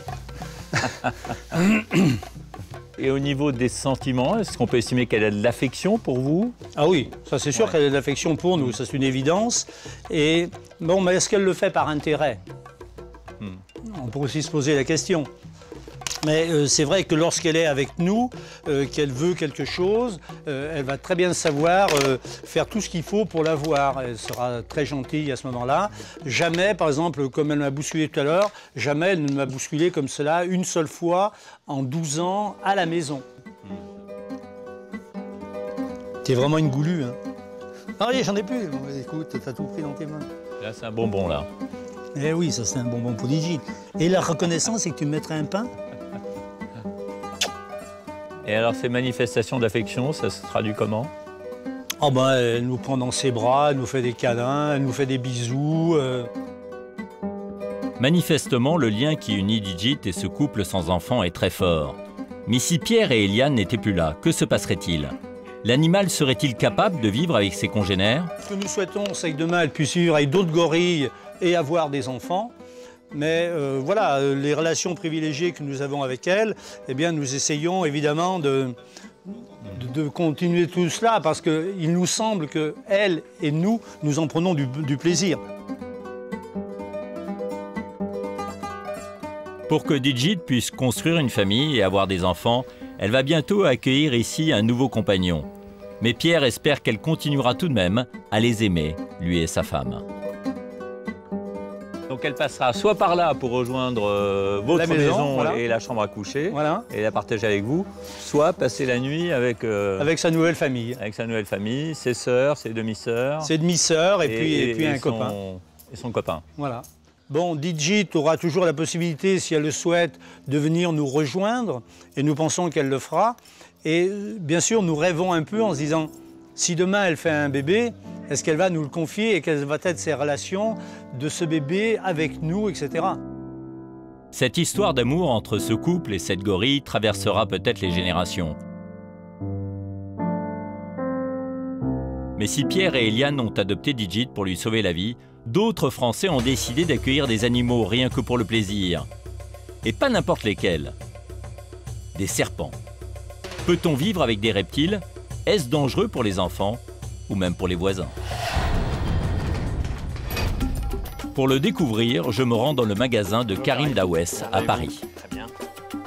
Karim est le plus gros vendeur de reptiles en France. 35 000 animaux sont vendus ici chaque année. De la petite tortue au lézard géant, en passant bien sûr par les serpents. Et les prix sont également très variés, de quelques dizaines d'euros à plusieurs milliers. Et ça, c'est un lézard? C'est un iguane à casque, oui. Un petit lézard du Belize. Alors, on vend ici ce qu'on appelle les nouveaux animaux de compagnie. C'est un vrai phénomène, hein, parce que je crois qu'il y a combien de foyers en France? Il y a plusieurs centaines de milliers de foyers qui possèdent aujourd'hui ne serait-ce qu'un serpent. On estime à 500 000 à peu près le nombre de foyers possédant ces animaux pour une population probablement d'1 million, 1,5 million de reptiles. Et alors, vous connaissez ces légendes urbaines, hein, ces crocodiles qui s'échappent et que l'on retrouve dans le métro, ces pitons que l'on retrouve dans sa salle d'eau, dans sa salle de bain. Les crocodiles dans les égouts, c'est pas totalement infondé puisqu'il y a eu à New York des crocodiles ou des alligators principalement relâchés dans les égouts qui pouvaient survivre. En région parisienne, c'est assez rare, c'est arrivé qu'une seule fois. C'est arrivé une fois? C'est arrivé une fois, il y a 25 ans, un crocodile qui a été retrouvé sous les quais de la Mégisserie, précisément. Et qui avait été libéré là et laissé là par son propriétaire. On n'a jamais... Le crocodile ne nous a pas raconté l'histoire. Nous sommes en 1985. Un crocodile de plus de 2 mètres est retrouvé dans les égouts de la capitale. L'animal suspect a été repéré à 2 reprises dans les égouts situés sous la rue du Pont-Neuf. Il s'agit peut-être d'un crocodile. Rien de grave. Le reptile n'a mangé personne. Il est d'ailleurs toujours vivant et coule des jours heureux à l'aquarium de Vannes, en Bretagne. Karim vend aussi des reptiles aux parcs animaliers. Ils sont ici, dans une salle spéciale. Exemple, ce python de très grande taille. Déjà, il faut trouver la tête. Hein. Bon, c'est assez facile. Ça y est, il est réveillé là ou pas? Ah là, il est bien réveillé. Bon, et il attaque pas là, non? Il attaque pas. On peut regarder, c'est un animal là, qui fait une 60aine de kilos pour environ 6 mètres. Vous avez besoin de moi? Donnez-moi un petit coup de main, on va le sortir complètement. Ça permettra de se faire une idée de ce que représente un serpent géant. Ah non, mais c'est incroyable parce que c'est lourd. C'est d'une part lourd, d'autre part c'est extrêmement musculeux et difficile et ça mord pas. À diriger. Il n'est pas agressif du tout. Ah bon, d'accord. Heureusement, on n'aurait pas sorti de la même façon. Oui. Et l'animal va chercher un point d'appui. Il est gentil. Il cherche un point d'appui, il cherche à explorer son environnement. Ah d'accord, il cherche pas à fouiller dans ma culotte. Ouais, donc là, l'illustration que c'est pas un animal destiné à Monsieur Tout le Monde, elle est relativement simple à comprendre. Ce sont vraiment des animaux de parc zoologique. Quelle drôle d'idée de prendre un serpent à la maison, même s'il n'est pas géant. C'est pourtant le cas d'un client de Karim, Marc. Il a plusieurs reptiles chez lui. Bonjour Karim. Bonjour. Je présente Marc. Bonjour. Bonjour. Vous avez combien de serpents chez vous? Je dois en avoir 7 actuellement. Qu'est-ce qui vous plaît dans ces animaux? Qu'est-ce qui me plaît dans ces animaux? Beaucoup de choses. Je pense que déjà, rien que la vision, le regard, c'est superbe. Regardez l'esthétique de ce serpent. Et vous avez déjà été mordu par un de ces animaux? Par les animaux que j'ai chez moi, ça m'arrive exceptionnellement, mais ça m'est arrivé, oui. Ça m'est arrivé. Toujours de ma faute d'ailleurs, mais bon. Et s'ils s'échappent de leur cage ou de leur terrarium, ils peuvent être dangereux? Non. Non. Non. Globalement, c'est pas dangereux. Au sens, enfin, quand on parle pas des venimeux, c'est pas dangereux. La probabilité de se faire manger par un python, même de 3 mètres de long, est quand même relativement faible. Hein. Ah oui. Enfin, en captivité, oui, ça n'existe pas. Il y a des hommes qui ont... On est sur une dizaine de cas connus, vérifiés. L'homme est en lui-même n'est pas une proie. Une menace, et donc l'animal va plutôt avoir une réaction de défense. Vous êtes le seul à partager cette passion à la maison? Vous permettez qu'on aille vérifier ça chez vous? Ah, il n'y a aucun problème. Parfait, on y va. C'est dans cette banlieue bourgeoise de l'ouest parisien qu'habite Marc Bollier. Oh, elle doit faire, je sais pas très bien, 2,20 m, 2,40 m. Quelque chose comme ça grandit encore plus. Et chez lui, des serpents, on en trouve dans tous les coins de la maison. Depuis 40 ans, Marc est passionné et vit avec ses reptiles. Quand j'étais gamin, je rêvais d'avoir un python royal. Et donc quand j'ai pu mettre des terrariums dans un endroit où il y avait un peu de place et on pouvait les accueillir dans de bonnes conditions, eh bien j'ai acheté un premier python royal qui est dans 7 femelles il y a une dizaine d'années. Si les pythons royaux de Marc sont des animaux assez dociles, ce n'est pas le cas de ces 2 serpents appelés ténuras. Ils peuvent atteindre 3 mètres et se montrer particulièrement agressifs. Lucas, le fils de Marc, en sait quelque chose. C'était il y a 2-3 ans.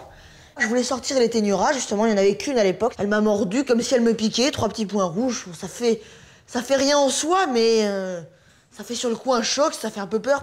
Viens voir, Lucas. Heureusement, comme tous les autres serpents de Marc, les ténuras ne sont pas venimeux. Pourtant, malgré cette expérience, Lucas est lui aussi devenu un mordu des reptiles. Des choses à faire. À 15 ans, il a même un serpent à lui. Le petit qui est là-bas, là. Voilà, c'est le serpent de Lucas. Oui, c'est mon premier serpent. C'est officiellement le mien. Cette couleuvre pakistanaise est un animal très calme, parfait pour débuter.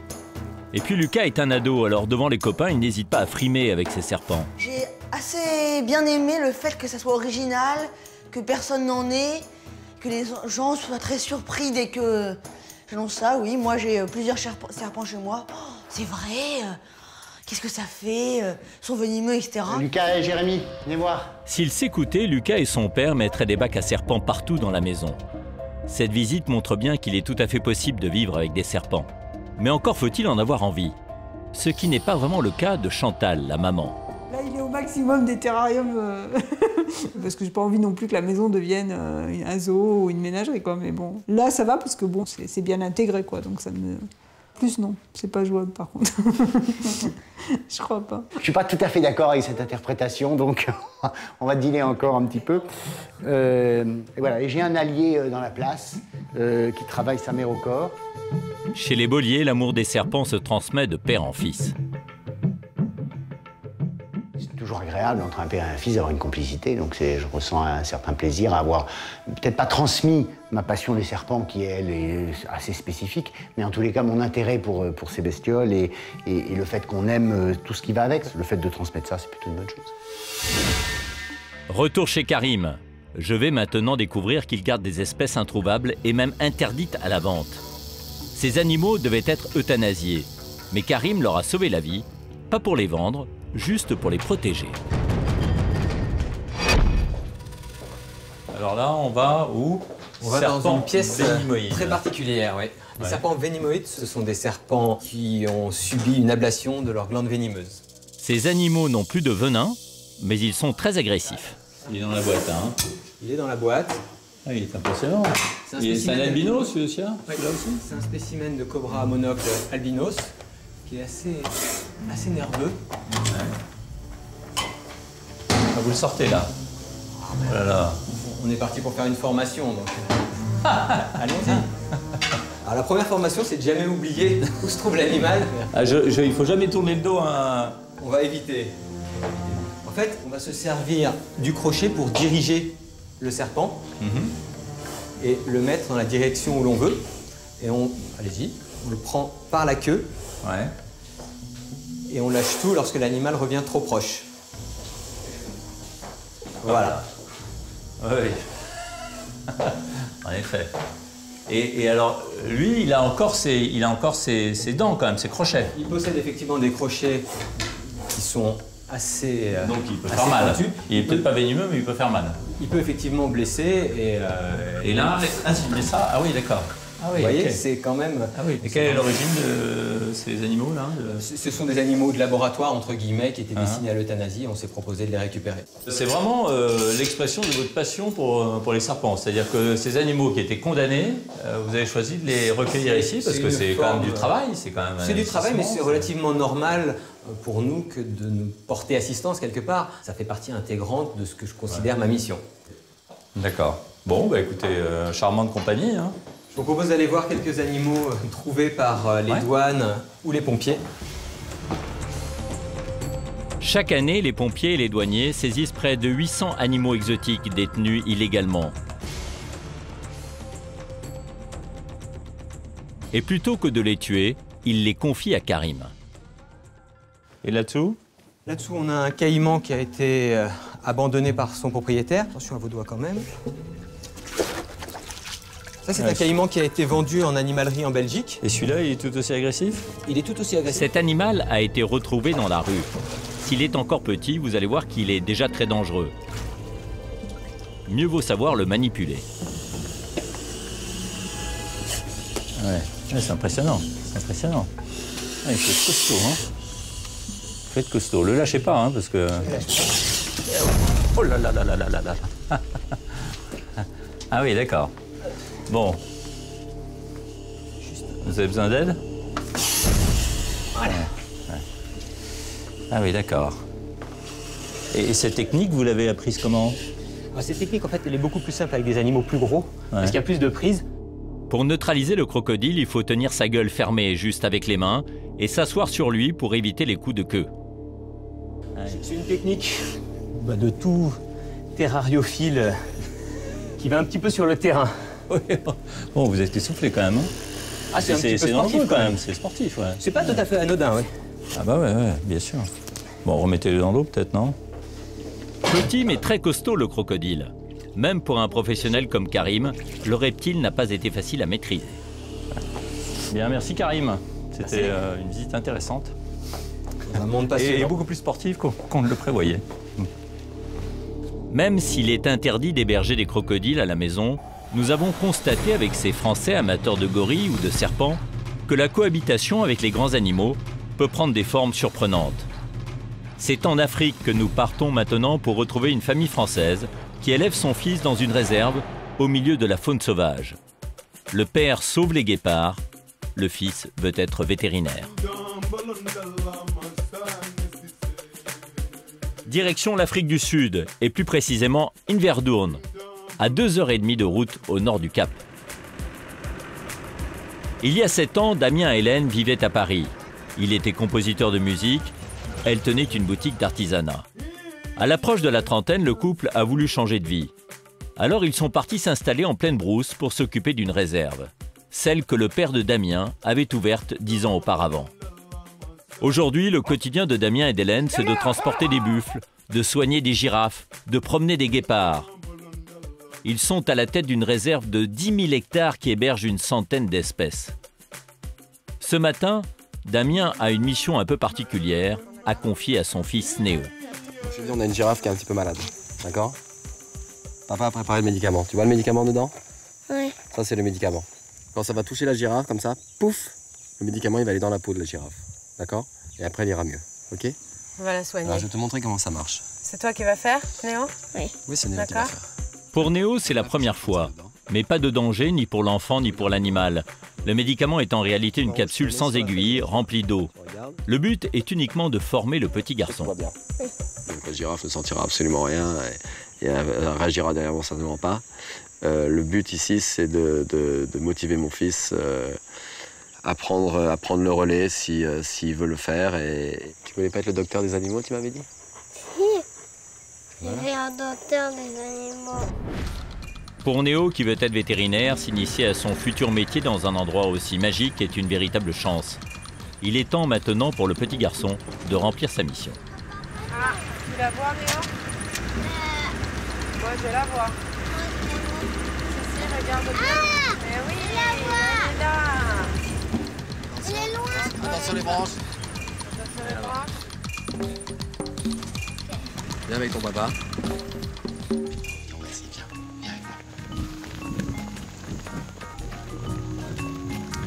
Regarde, viens. Tu mets là comme ça, ton papa. Tu le tiens bien? Tu vois le petit point rouge dedans? Oui. Hop là, ça y est, on l'a touché devant, t'as vu? Est-ce que tu crois qu'elle va mieux maintenant? Oui. Elle a l'air contente quand même, hein? Tu as vu quand ça l'a touché? Oui. Oui? Oui. C'est bien. Attention à toi. La brousse pour terrain de jeu et les animaux comme copains de classe, Néo profite d'une enfance fabuleuse, loin du quotidien des petits Français de son âge. Tout ce qu'il peut apprendre au contact des animaux, toute cette relation absolument incroyable qu'il peut avoir, toutes ces émotions qu'il peut avoir tous les jours, ce ne sont pas des émotions qu'il pourra apprendre, ce sont des émotions qui sont quand même qui sont assez extrêmes et forcément ça ne peut que apporter une richesse personnelle à un enfant qui est en plein développement.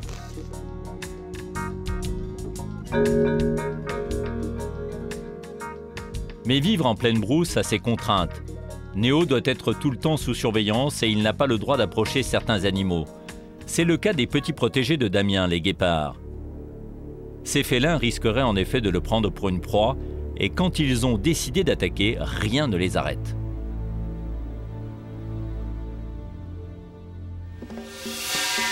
« 10h. Comme tous les matins, c'est la promenade des fauves. On est loin du chat de gouttière ou du caniche nain. Même tenu en laisse, le guépard peut être dangereux, car c'est un animal que l'on ne domestique jamais. Ces félins sont des prédateurs. Notre matériel de tournage va en faire les frais. Il a une posture où il n'est pas content du tout. On peut voir, il a les poils écartés, la tête basse. Là, il n'est pas content. Mais on va le laisser venir voir la caméra. Ce que vous pouvez faire peut-être, c'est voilà, poser le matériel par terre et il va venir le voir. Ouh là là, il va le manger, il le rendra pas.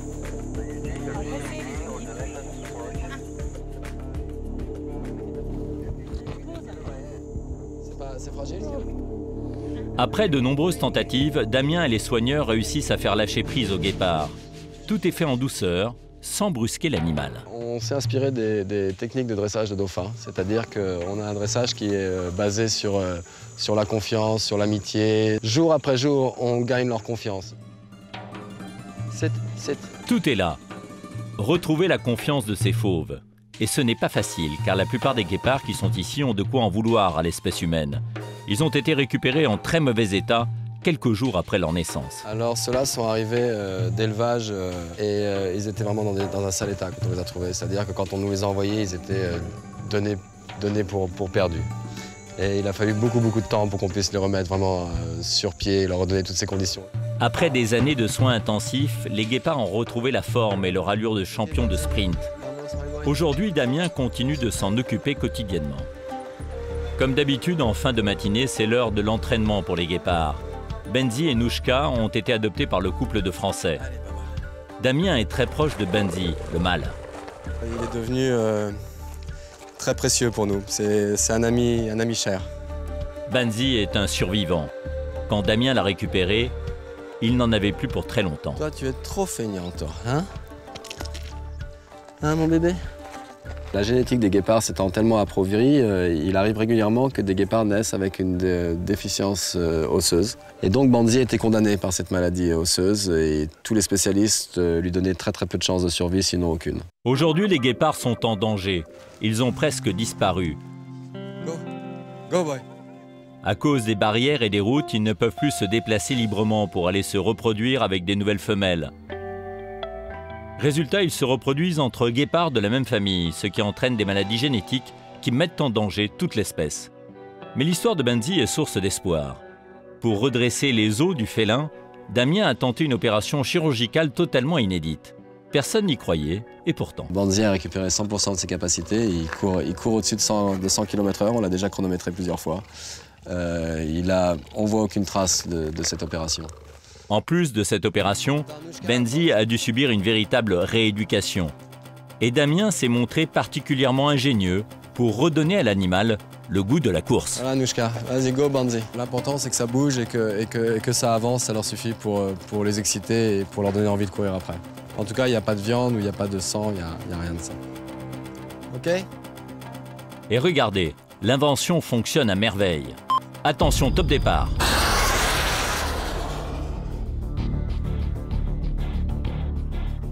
Le guépard est l'animal le plus rapide au monde. Il peut atteindre jusqu'à 110 km/h. Ils atteignent 80 km/h à peu près 2 secondes, donc c'est quasiment instantané. Et Damien ne s'occupe pas que de Benzi et de sa sœur. Il a 12 autres guépards dans sa réserve. Eux aussi courent tous les jours sur une piste qui a été construite spécialement pour cet exercice. Défendre les animaux, c'est devenu la passion de Damien. Et il rêve que son fils, Néo, prenne un jour le relais. Le petit garçon a tout juste 6 ans et il n'a pas le droit d'approcher les félins. Il risquerait de se faire mordre. Pourtant, quand ils étaient bébés, c'est Néo qui prenait soin d'eux. J'ai donné des biberons, j'ai les touchés, j'ai les carassés. Oui. Et j'ai donné la viande. C'est vrai, je me souviens. Du lait aussi. Et du lait. On les nettoyait, on leur prenait le bain aussi un petit peu des fois. Oui. Damien et Hélène veulent transmettre leur amour de la faune aux enfants. Alors ils organisent régulièrement des safaris gratuits pour les petits Sud-Africains de la région. Le spectacle les émerveille, car ce n'est pas parce qu'ils vivent en Afrique du Sud que ces enfants ont l'habitude d'être au contact des animaux sauvages. Regardez, le petit. Regardez le bébé rhino. Et la mère est juste derrière.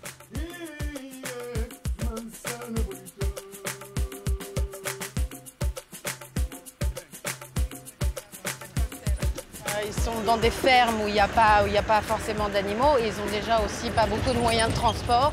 Et comme il y a beaucoup d'enfants qui n'ont pas de la chance d'avoir ni de papa ni de maman, qui sont en orphelinat, et même les orphelinats essayent de prendre soin d'eux, mais n'ont pas toujours les moyens de prendre un bus pour venir chez nous et pour voir les animaux. Si cette génération ne leur apprend rien, on n'aura plus d'animaux dans les 30-40 ans à venir.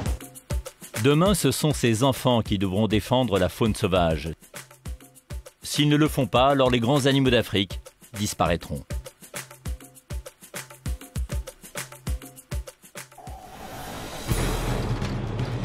Pour la dernière étape de ce tour du monde à la rencontre des plus incroyables spécimens de la faune, je vous emmène maintenant à la découverte d'un endroit où ce sont les grands animaux qui viennent au secours des enfants.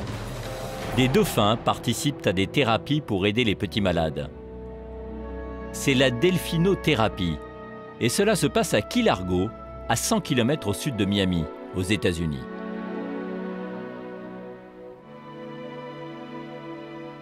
Nous arrivons au Highland Dolphin Care. Dina et Peter Hoagland ont créé ce centre de thérapie avec leur fils Joe, il y a 21 ans. C'est donc là que vous faites la thérapie? Oui. Salut Squirty. Quel type d'handicap ont les enfants ici? On travaille avec des enfants dès l'âge de 3 ans, avec toutes sortes d'handicaps. Il y a des enfants autistes? Des autistes, des trisomiques, des cancers. Des cancers, de tout. Et combien d'enfants sont soignés ici? Chaque année, nous en recevons des milliers. Des milliers? Oui, en 1991, quand on a commencé, nous n'avions que 2 ou 3 familles du coin. Puis ce programme a commencé à avoir du succès et à faire parler de lui. Et en quelques années, nous sommes passés de ces 2 ou 3 familles à des douzaines. Et ils viennent de Floride? Partout dans le monde. Partout dans le monde. Dina et Peter ont décidé de créer ce centre après la guérison de leur fils Joe. Car pour guérir, il a reçu l'aide d'un mammifère marin, un dauphin nommé Fonzie. Aujourd'hui, Joe a 25 ans et il multiplie les sports, il est en pleine forme. Pourtant, il y a 20 ans, il était condamné à vivre dans un fauteuil roulant. Joe est né avec un grave problème cardiaque. À 3 ans, son handicap entraîne la paralysie de toute la partie gauche de son corps. À l'époque, les médecins disent que l'enfant ne pourra jamais récupérer ses capacités motrices. Mais Dina, la mère de Joe, ne veut pas baisser les bras. Il disait qu'il ne marcherait plus jamais sans aide, qu'il ne courrait plus, qu'il ne chanterait plus. Il y avait 3 pages de ce qu'il ne pourrait plus jamais faire. En 1989, face au malheur de son fils, Dina est prête à tout pour le soulager de ses douleurs. Et le petit garçon ne se sent bien que dans l'eau. Un jour, elle l'emmène dans un centre pour nager avec les dauphins. Et là, c'est la révélation. Joe rencontre Fonzie, un vieux dauphin qui va changer la vie de l'enfant, à tout jamais. Aujourd'hui encore, Joe a du mal à en parler sans émotion. Fonzie était comme mon meilleur ami, vous savez.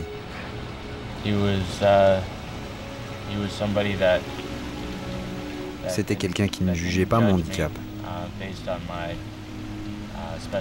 Pas comme le faisaient les autres enfants de mon école. Dina va alors utiliser cette incroyable relation pour pousser l'enfant à bouger ses membres paralysés. S'il veut nourrir le dauphin, il lui faudra utiliser sa main handicapée. Et la motivation est si forte que le petit va essayer sans relâche. Une nuit, ma mère est montée me voir dormir. Et dans mon sommeil, elle m'entendait dire « ouvrir, fermer, ouvrir, fermer » et faire le geste avec la main. En quelques mois, Joe retrouve l'usage de sa main. Puis un autre miracle se produit. Lors d'un exercice avec Fonzie, Joe saute en l'air pour rattraper un ballon. Sans même s'en rendre compte, il vient de se lever tout seul pour la première fois depuis son handicap. Et il a sauté en l'air et il a dit « Maman, j'ai réussi !» Alors là, j'ai craqué, j'ai pleuré, je ne pouvais pas y croire. Il avait réussi à se lever. Grâce à l'amitié unique qui le lie au dauphin Fonzie, Joe finit par se rétablir complètement. Des années plus tard, son ami aquatique est mort. Mais Joe garde de cette expérience une relation privilégiée avec les dauphins.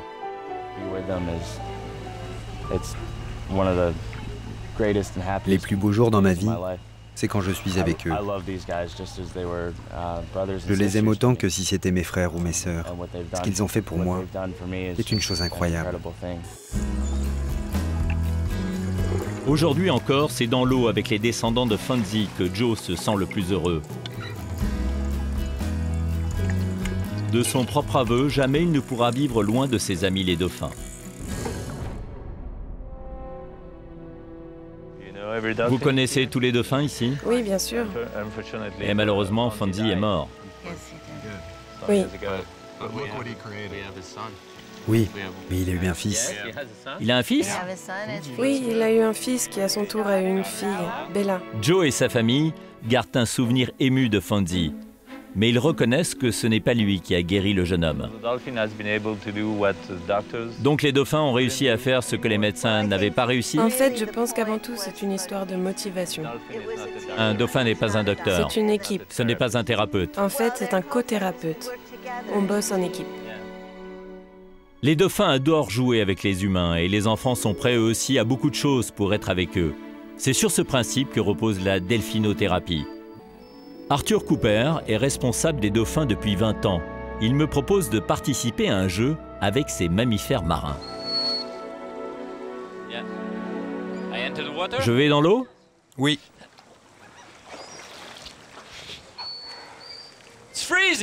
Il fait très froid ici. Ce qui fait la spécificité des dauphins, c'est qu'ils peuvent adapter leur comportement à l'état de santé de la personne. Pour moi, a priori, pas de souci particulier, mais ils se montreraient beaucoup plus doux avec une personne handicapée.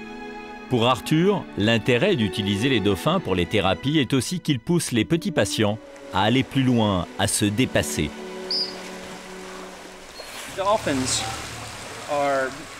Les dauphins sont une très bonne source de motivation pour les enfants. Les petits vont tenter de se dépasser pour pouvoir interagir avec les dauphins. Beaucoup plus qu'ils ne le feraient pour vous ou moi. Ils sont beaucoup plus intéressants que nous. Pas vrai? Pour mieux comprendre le rôle que jouent les dauphins dans ce centre, vous allez pouvoir assister du début à la fin à la thérapie du petit Tommy. Elina et Nelson Solorzano sont les parents de 3 enfants, une famille qui a tout pour être heureuse, si ce n'est que le petit dernier n'est pas comme les autres. Tommy a 8 ans, il est trisomique. Tommy, non, ne jette pas ça sur le sol, ça peut se casser. C'est dangereux. Elina a dû quitter son travail pour s'occuper de son fils en permanence, car il n'a aucune notion du danger. Non, Tommy, ne fonce pas dans la voiture. Et sa mère souffre beaucoup de ne pas pouvoir communiquer avec son fils. Qu'est-ce que tu as? Qu'est-ce qui t'est arrivé? Tu veux parler? Qu'est-ce qui va pas? Tu veux un câlin? Mais Elina ne perd pas espoir. En fait, j'ai les mêmes souhaits pour lui que pour mes autres enfants. Qu'ils grandissent, et même peut-être qu'ils se marient. Pour aider Tommy à avoir la meilleure vie possible, toute la famille a pris des vacances pour se rendre dans le centre de thérapie avec les dauphins. Tommy, tu es prêt à aller dans l'eau avec les dauphins? Oui? Leur objectif, c'est que Tommy soit plus autonome et qu'il arrive à mieux communiquer avec les membres de sa famille. Le lendemain matin, ils arrivent tous au centre. Devant le bassin, Tommy est tout de suite fasciné par les dauphins. Tommy, tu veux aller dans l'eau? Tu veux nager avec les dauphins? Tu veux jouer avec eux? Ils veulent jouer avec toi aussi. Immédiatement, il est pris en charge par un éducateur spécialisé. Bonjour, je m'appelle Ellie. Et toi? Tu t'appelles comment? Salut Tommy, ravi de te rencontrer. Il est maintenant temps pour Tommy d'aller nager avec les dauphins, pour la toute première fois. Cette rencontre est cruciale, car si ce premier contact ne marche pas, la thérapie tombe à l'eau. Elina et Nelson ne savent pas comment Tommy va réagir. Il n'a jamais osé s'approcher de gros animaux. Allez Tommy, c'est à toi.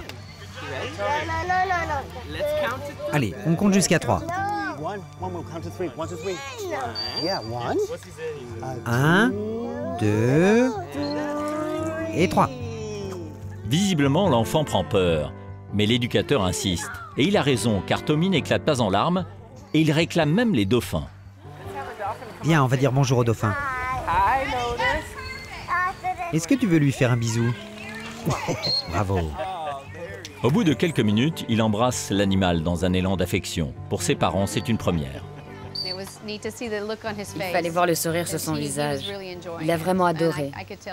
En fait, j'avais peur qu'il ne joue pas le jeu. Mais finalement, il a fait tout ce qu'on lui a demandé. À la sortie du bassin, la mère de Tommy n'en revient pas.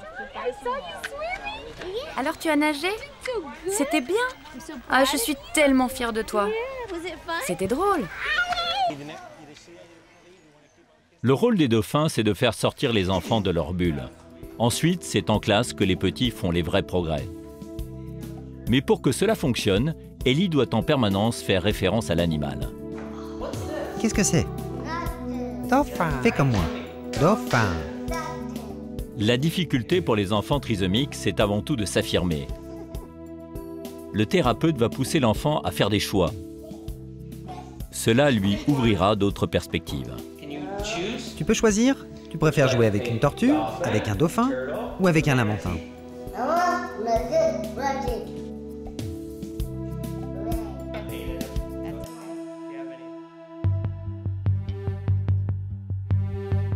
Les jours passent, la thérapie avance et Tommy fait beaucoup de progrès. Et vous allez voir que le 3e jour, Tommy va même surprendre tout le monde. Alors que son frère, Trevor, participe à la thérapie dans le bassin, Tommy va faire quelque chose qu'il n'avait jamais fait jusque-là. Il enlace son frère et l'embrasse à 3 reprises. À la sortie de l'eau, Trevor n'en revient toujours pas.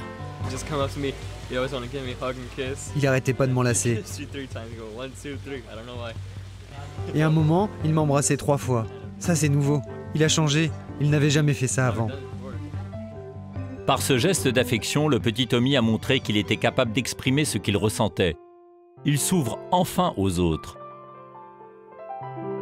Vendredi, c'est le dernier jour de la thérapie. Pour Tommy, c'est l'heure du bilan. Question communication, l'enfant a fait des progrès visibles. Il arrive même à faire des phrases avec l'aide de sa mère. Je mets une veste. Mais rappelez-vous, la principale inquiétude d'Elina, la mère de Tommy, c'était son manque d'autonomie. Non, Tommy, ne fonce pas dans la voiture. Alors, pour vérifier que la thérapie a porté ses fruits, Ellie, le thérapeute, va tenter de laisser Tommy nager seul avec les dauphins.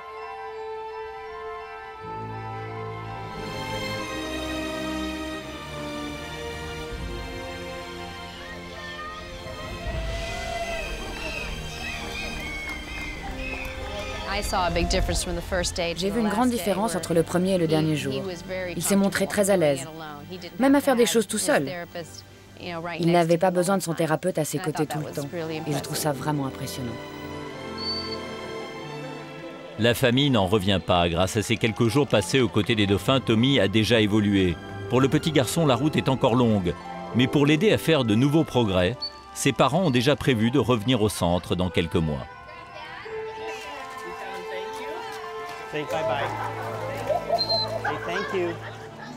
C'est clair, les dauphins sont des alliés exceptionnels. Personne ne connaît vraiment les limites de leur intelligence. Mais ce dont nous pouvons être sûrs, c'est qu'ils méritent, comme les autres grands animaux, d'être traités avec respect. Le plus grand prédateur de la planète, c'est l'homme. Heureusement, il commence à s'en rendre compte. Tout au long de ce reportage, nous avons vérifié à travers le monde qu'il y a des hommes et des femmes aujourd'hui qui réalisent que pour préserver les équilibres naturels, eh bien, les grands animaux sont les meilleurs alliés.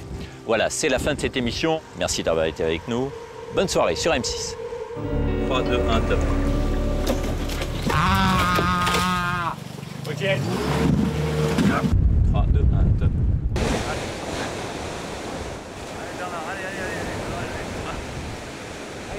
3, 2, 1, top. Alors attends, vas-y.